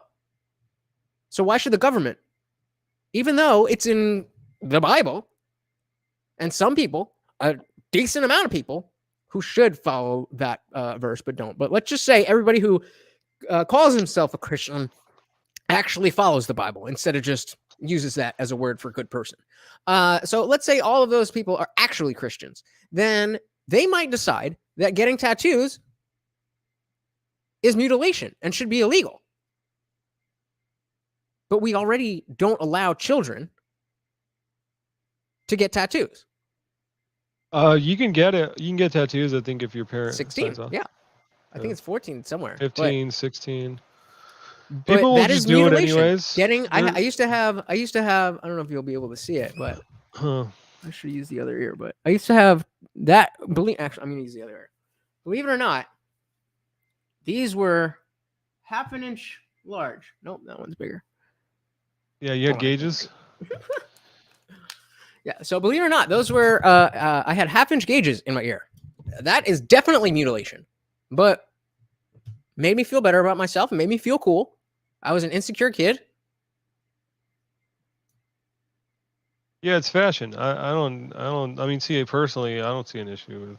So I feel the exact same way about this type of mutilation as I do of gender mutilation. If you're an adult and you want to do that to your body, have the fuck at it. Don't expect me to act any differently because of it, but do whatever the hell you want. I think it needs to be like just old school, high school trying to get beer rules, man. Make it illegal. But hey, I mean, if you can find a way to get the testosterone and administer it yourself, I mean, people are definitely going to do that. Yeah, but You know, that let 'em goes fuck back to themselves up. that goes back to exactly the question that that Anirudh asked, and he was like, "Would you prefer if people went to the doctor to get the stuff, or if parents just decided to order the hormones online and inject it at home?" Oh yeah, and that was my question, man. Like, come wouldn't the back to this in a libertarian position, wouldn't the libertarian position be to let the parents do it if they want? Theoretically, but I mean, Exactly. Yeah, definitely theoretically. yeah, theoretically, but that I mean, just because it's a libertarian idea doesn't necessarily mean like a libertarian idea would get rid of the EPA and the FDA and like the entire government virtually, and like Large parts of it. Yeah. Yeah, and I don't necessarily agree with all everything that is deemed a libertarian idea. Just the general principle, the non-aggression principle, the general idea that the private sector does everything and anything better than the government. That's really what I what I go by. Any film says, why do you say that there's genuinely people whose lives are better after the mutilation? If you're 18 plus, do what you want. I know a male to female adult life not better. Well, that's called anecdotal evidence. Just because that person is not better does not mean that there are not trans people who are happier after transition. You know, most trans people are like half of them off themselves. Oh yeah, more even than in a half. transition. More than So half. that's where a lot of people say, is But it more the than point, half? right? But the point is, again, we're talking about legality. So I don't think anybody should go through that procedure. But if you, as an adult, tell me, if you, as an adult, tell me that this is what you want to do with your life, then who am I and who is the government to tell you that you're not allowed to do that? If you're willing, if you can find a doctor who will do it, and you want to do it, and you've got the money, then why is it my fucking business? Go fuck up your life. I don't give a shit. I fucked up my life doing drugs for years. And nobody stopped me. Yeah. You know? Okay. And I am going to ask you why you say they are better. Because they say they're better. This is a self-report. If you're somebody who is unhappy, we know because you say, I'm unhappy. And if you do a thing, whether it's take a drug, mutilate your body, start exercising, change your diet, whatever, and then afterwards, you self-report that you feel better. Again, who am I to say that? No, you don't feel better. Like, some people want to mutilate themselves and they feel better after it. Think of have you heard of like that lizard dude that got all of the Oh yeah, the alien project guy. Yeah. Yeah, I follow that guy on Instagram. Let's see, where is he? This dude. So tell me, this is any more any? Come on. Yeah, black alien. Did you see Tell what me he this did is this any- time? Maybe you could Say show again? it. Did you see what he did? I don't think that's the same This guy. is older, but it doesn't Yeah. matter. It he's got the little bump things in his implants here. He's got the gauges. He split his tongue. He's got sharp teeth. He's tattooed from head to toe. How is this any different theoretically. Wow, Postal. Thank you, brother. That means a lot. That means a lot. You know, I do this shit and I'm like, there's like 4 or 5 people, and then sometimes we'll hit 10. It's like, yo, I don't really Dude, know what the you guys first are time I thinking. saw you, man, I was like, this guy's like the next big thing or something, man, because you're legit. Oh yeah? You're clearly professional, man. It's just a matter of time, man. You just got to keep doing it, and people I will start drink paying to that, attention. to Postal and to Jihad, to No, I'm everybody, serious, man. everybody here. Yeah, you're legit. You're like the Indian. What's the guy Jesus? that plays SpongeBob and shit and plays video games? Is it Penguins or something? I have no idea. What? You don't know who Penguins? Is it Penguins? I don't know, but Mackenzie is back. She said, "Hey, I'm back. Just barely made my deadline. What y'all talking about?" So we were talking about gender surgery and stuff, and whether or not it's mutilation, and I believe it is. But I was saying that, you know, tattoos. I used to have gauges in my ears. I used to have a lip ring. I think that is mutilation. And then we brought up this dude. What's his Jihad? What's his name? I don't know who this guy is. There's a guy named Black Alien Project. You can actually look him up on All Instagram. right, let's do that. If you just type in Black Alien Project IG, he'll come up. Dude, he cut his hands off. He cut part of his hands off this time. Oh, I've seen this dude. I've seen this Yeah. dude. They've talked about him on Rogan before. I know that. See, this is an old even better. photo. Oh, Yeah, God this is damn an it. old Why did one. he fucking do that? I said open fucking. Oh, whoopsie. You got to view image or something. There you go. So tell me how, and so we, Mackenzie, we were saying that this is also severe mutilation. I mean, this is mutilating your body. There is He cut his nose off. He doesn't have a nose. He cut his nose off. Jesus fucking He Christ. cut his hands off. He only has 3 fingers on each hand now. If you like go to his Instagram. That's wild.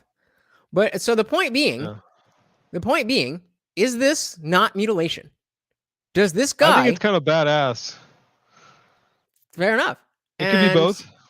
Yeah, and so if this is mutilation, which it absolutely is, then how are we in a position to say this guy should be allowed to do all of this to himself, but an adult, we're talking about adults, should not be able to chop the dick off?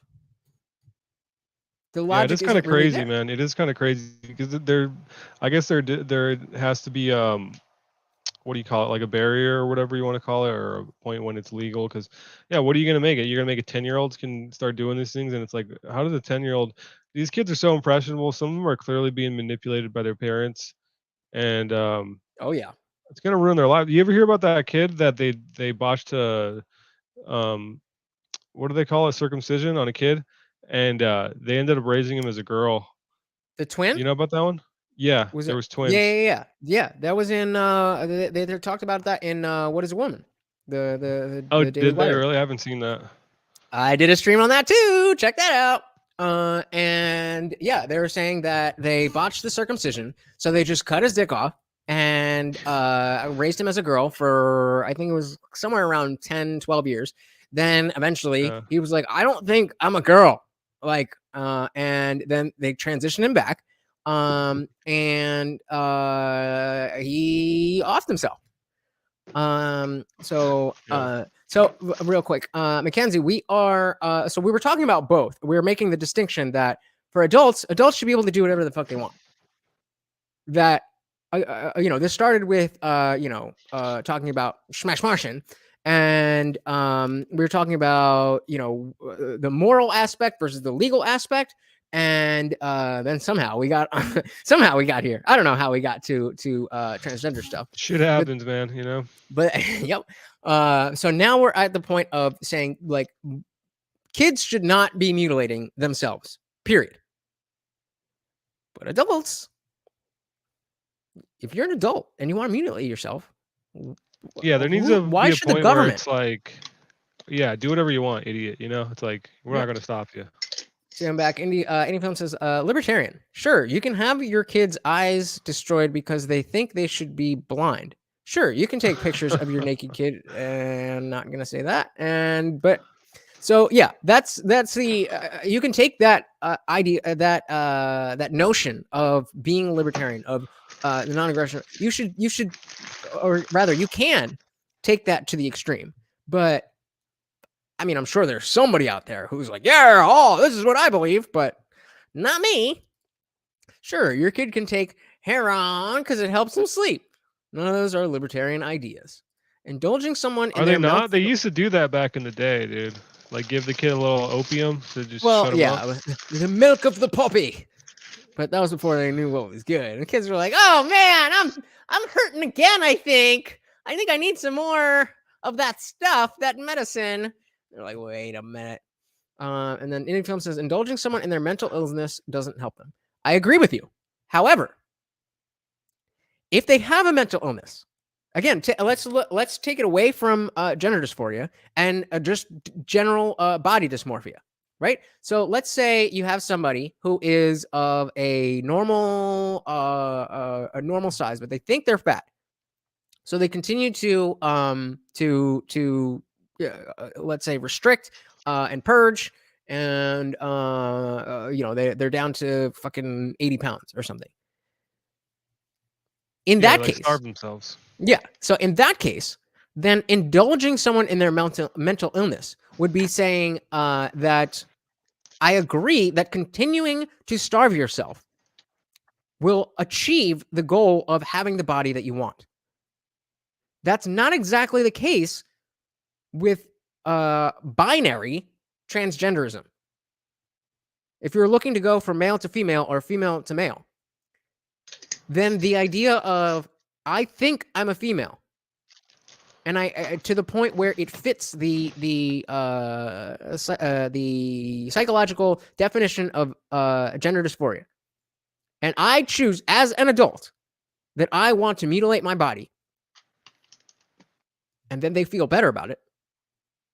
Then any film, who are you to say that they shouldn't do that? I agree with you that that shouldn't be the go-to. But my point is those edge cases are eliminated when when legislation tells us we can't do things. And I just don't think that's the role of the government. There's a lot of people that say that you shouldn't allow it at all, regardless of whether you're 18, 17. Doesn't matter because it can just no kind of to the encourage kids.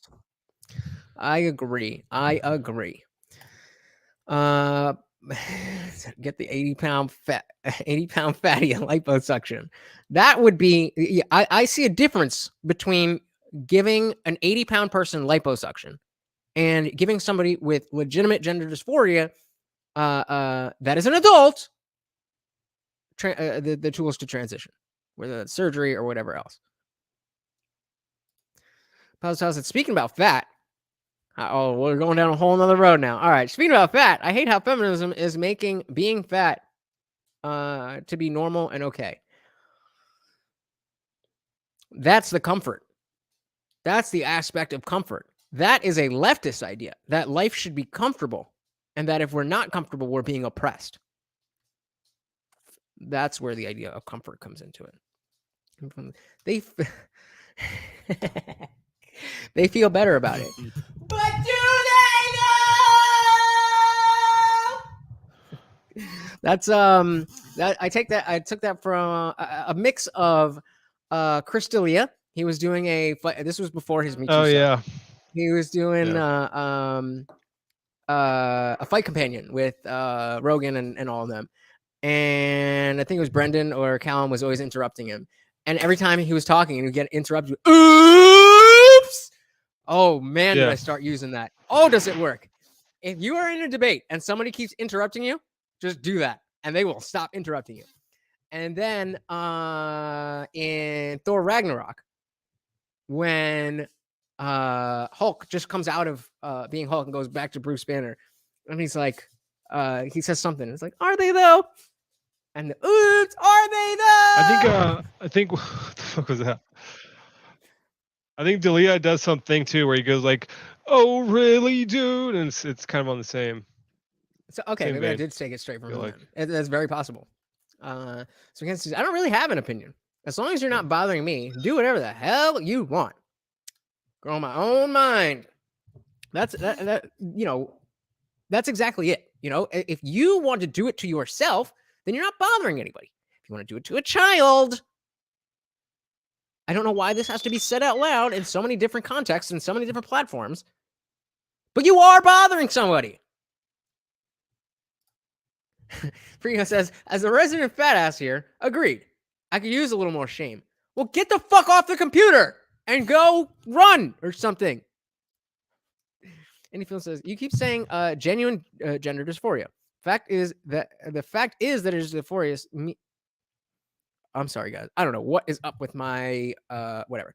You keep saying genuine gender dysphoria. The fact that it is a dysphoria means that it is not genuine. That is not true. So the fact that it is not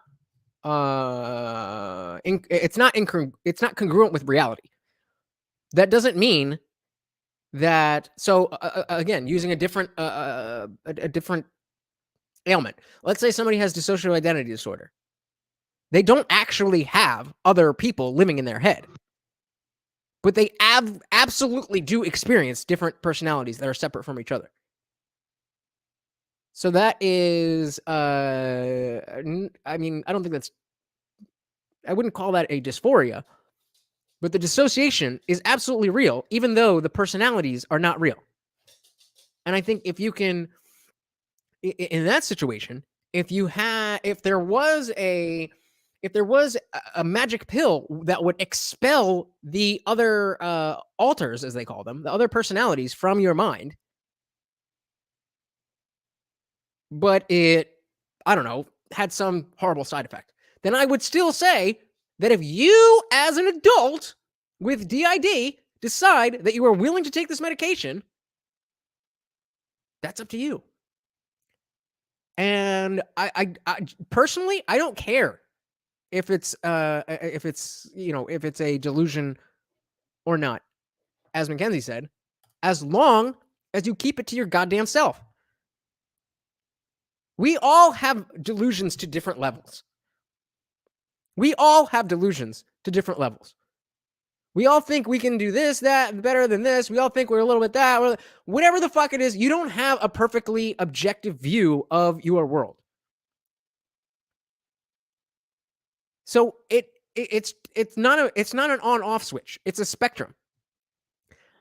I mean, these people are way off the spectrum. But the point is that there are things about your life that you think are real that are not real. Or there's things about your life that you don't think are real that are real.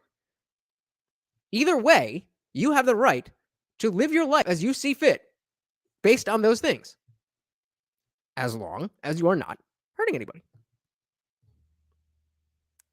That's it. That's it. So, Jihad, I think I'm going to close this down if nobody else is coming on up. Do you want to give your last words to the people? The floor is yours. Oh, no, man. I just want to say, thanks for having me here, man. It's cool. Shutting it down. I actually got to go. I got to get on the poker table too, man. I got to go play a little bit of poker anyhow. So good talking to you, man. Glad I came on. I wasn't going to, man, but someone else came. I'm like, all right, I got it now. Yeah, man. Always good talking to you, dude. I'll be back again. We'll talk some other shit next time. Awesome. Yeah, please do, guys. Don't be shy. It's just us here. I'll be first on next time. I'm gonna hold you to that. I'm gonna make fun of you if you're not. As long as I'm there. If I'm in the chat, I'm gonna be the first man in. Don't worry about it. All right. Sounds good, brother. Cool. Have a good one. All right. So where did we leave off? So any films as agreed. But we don't indulge them and get all of their personalities a driver's license. But honestly, there has been no actually clinical diagnoses of DID. Okay, maybe. But again, that's inconsequential to the point that I'm making. Whether there was a clinical diagnosis or not, the reality is there are people who believe they have the delusions that they're... Morty, I am doing a fucking show here! Sorry. there are people who believe that they have multiple personalities in their mind. So, no, we're not going to give them driver's licenses. But we can treat the person not as if they're fucking crazy and acting like they're somebody else when we know they're the same person, because we understand that even though it's a delusion, they are under that belief. Mommy? I haven't seen that yet. It's on the list. It is on the list. I've been wanting to do a Lex Friedman show. I was thinking about doing the Lex Friedman Joe Rogan episode, but meh. So I didn't see this part, but I saw what was it? Give me a fucking YouTube. I saw.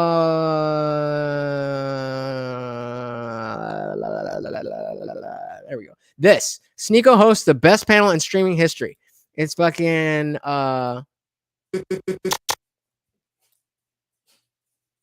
It's Destiny, Fuentes, Gideon. I don't really know him. Sneeko, this dude Don, and Abba from Abba and Preach. Like, that is dope. That is dope. I was watching and hoping that I would show it to you guys, but it's a little too long and it's a little bit, it's kind of its own thing. I wouldn't really have much to say, but definitely check that out. Indie Film says we should not indulge the delusion. Just make them eat some steak and drink some bourbon. Fair enough. I think that would solve a lot more than we give it credit for. Whew. Well, we went off the beaten path tonight, didn't we? I was like, oh, I'm starting late. We're going to be just a short show, a 1-hour podcast. And here we are, 4 hours later. The things I do for you fuckers. But I love it. I absolutely fucking love it. And I appreciate you guys being here with me. I appreciate you guys whenever you show up. Even if you're not here for every show, or even if you're coming halfway, even if you come in late. I appreciate that you are taking every second that you take, that you're watching my face. That is a huge compliment to me. And I really, really appreciate it. You could be doing literally anything else. There's so much other shit to do. I mean, you could be watching this video. It's better than what we just did because it's all of them, but you're here and I appreciate that. So, if you guys want to interact with me and hang out, me and Sketchy watched the new Game of Thrones show. We watched it together in the Discord last night, and I'm looking to do more stuff in the community and build that part of the community. So the link is in the description below. All you got to do is click it and enter a phone number, and then you will be part of the club. And the party rages on 24/7, bruh.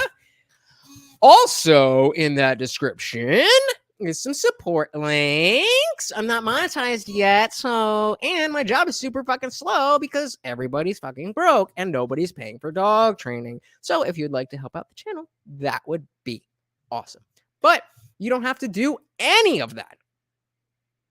It is absolutely free to like, to comment, to subscribe, to share with your friends, to ring the bell after you subscribe, and to comment and chat, and even to come up on the panel. All of that shit is free.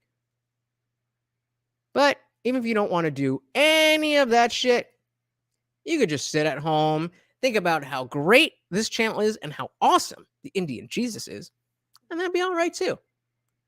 Thanks for joining the party, guys. I'm your host, Lutch, aka the Indian Jesus, here to resurrect the second coming of common sense. Until next time, guys, which will be Wednesday, 8 p.m. Eastern, I am out of here. Peace.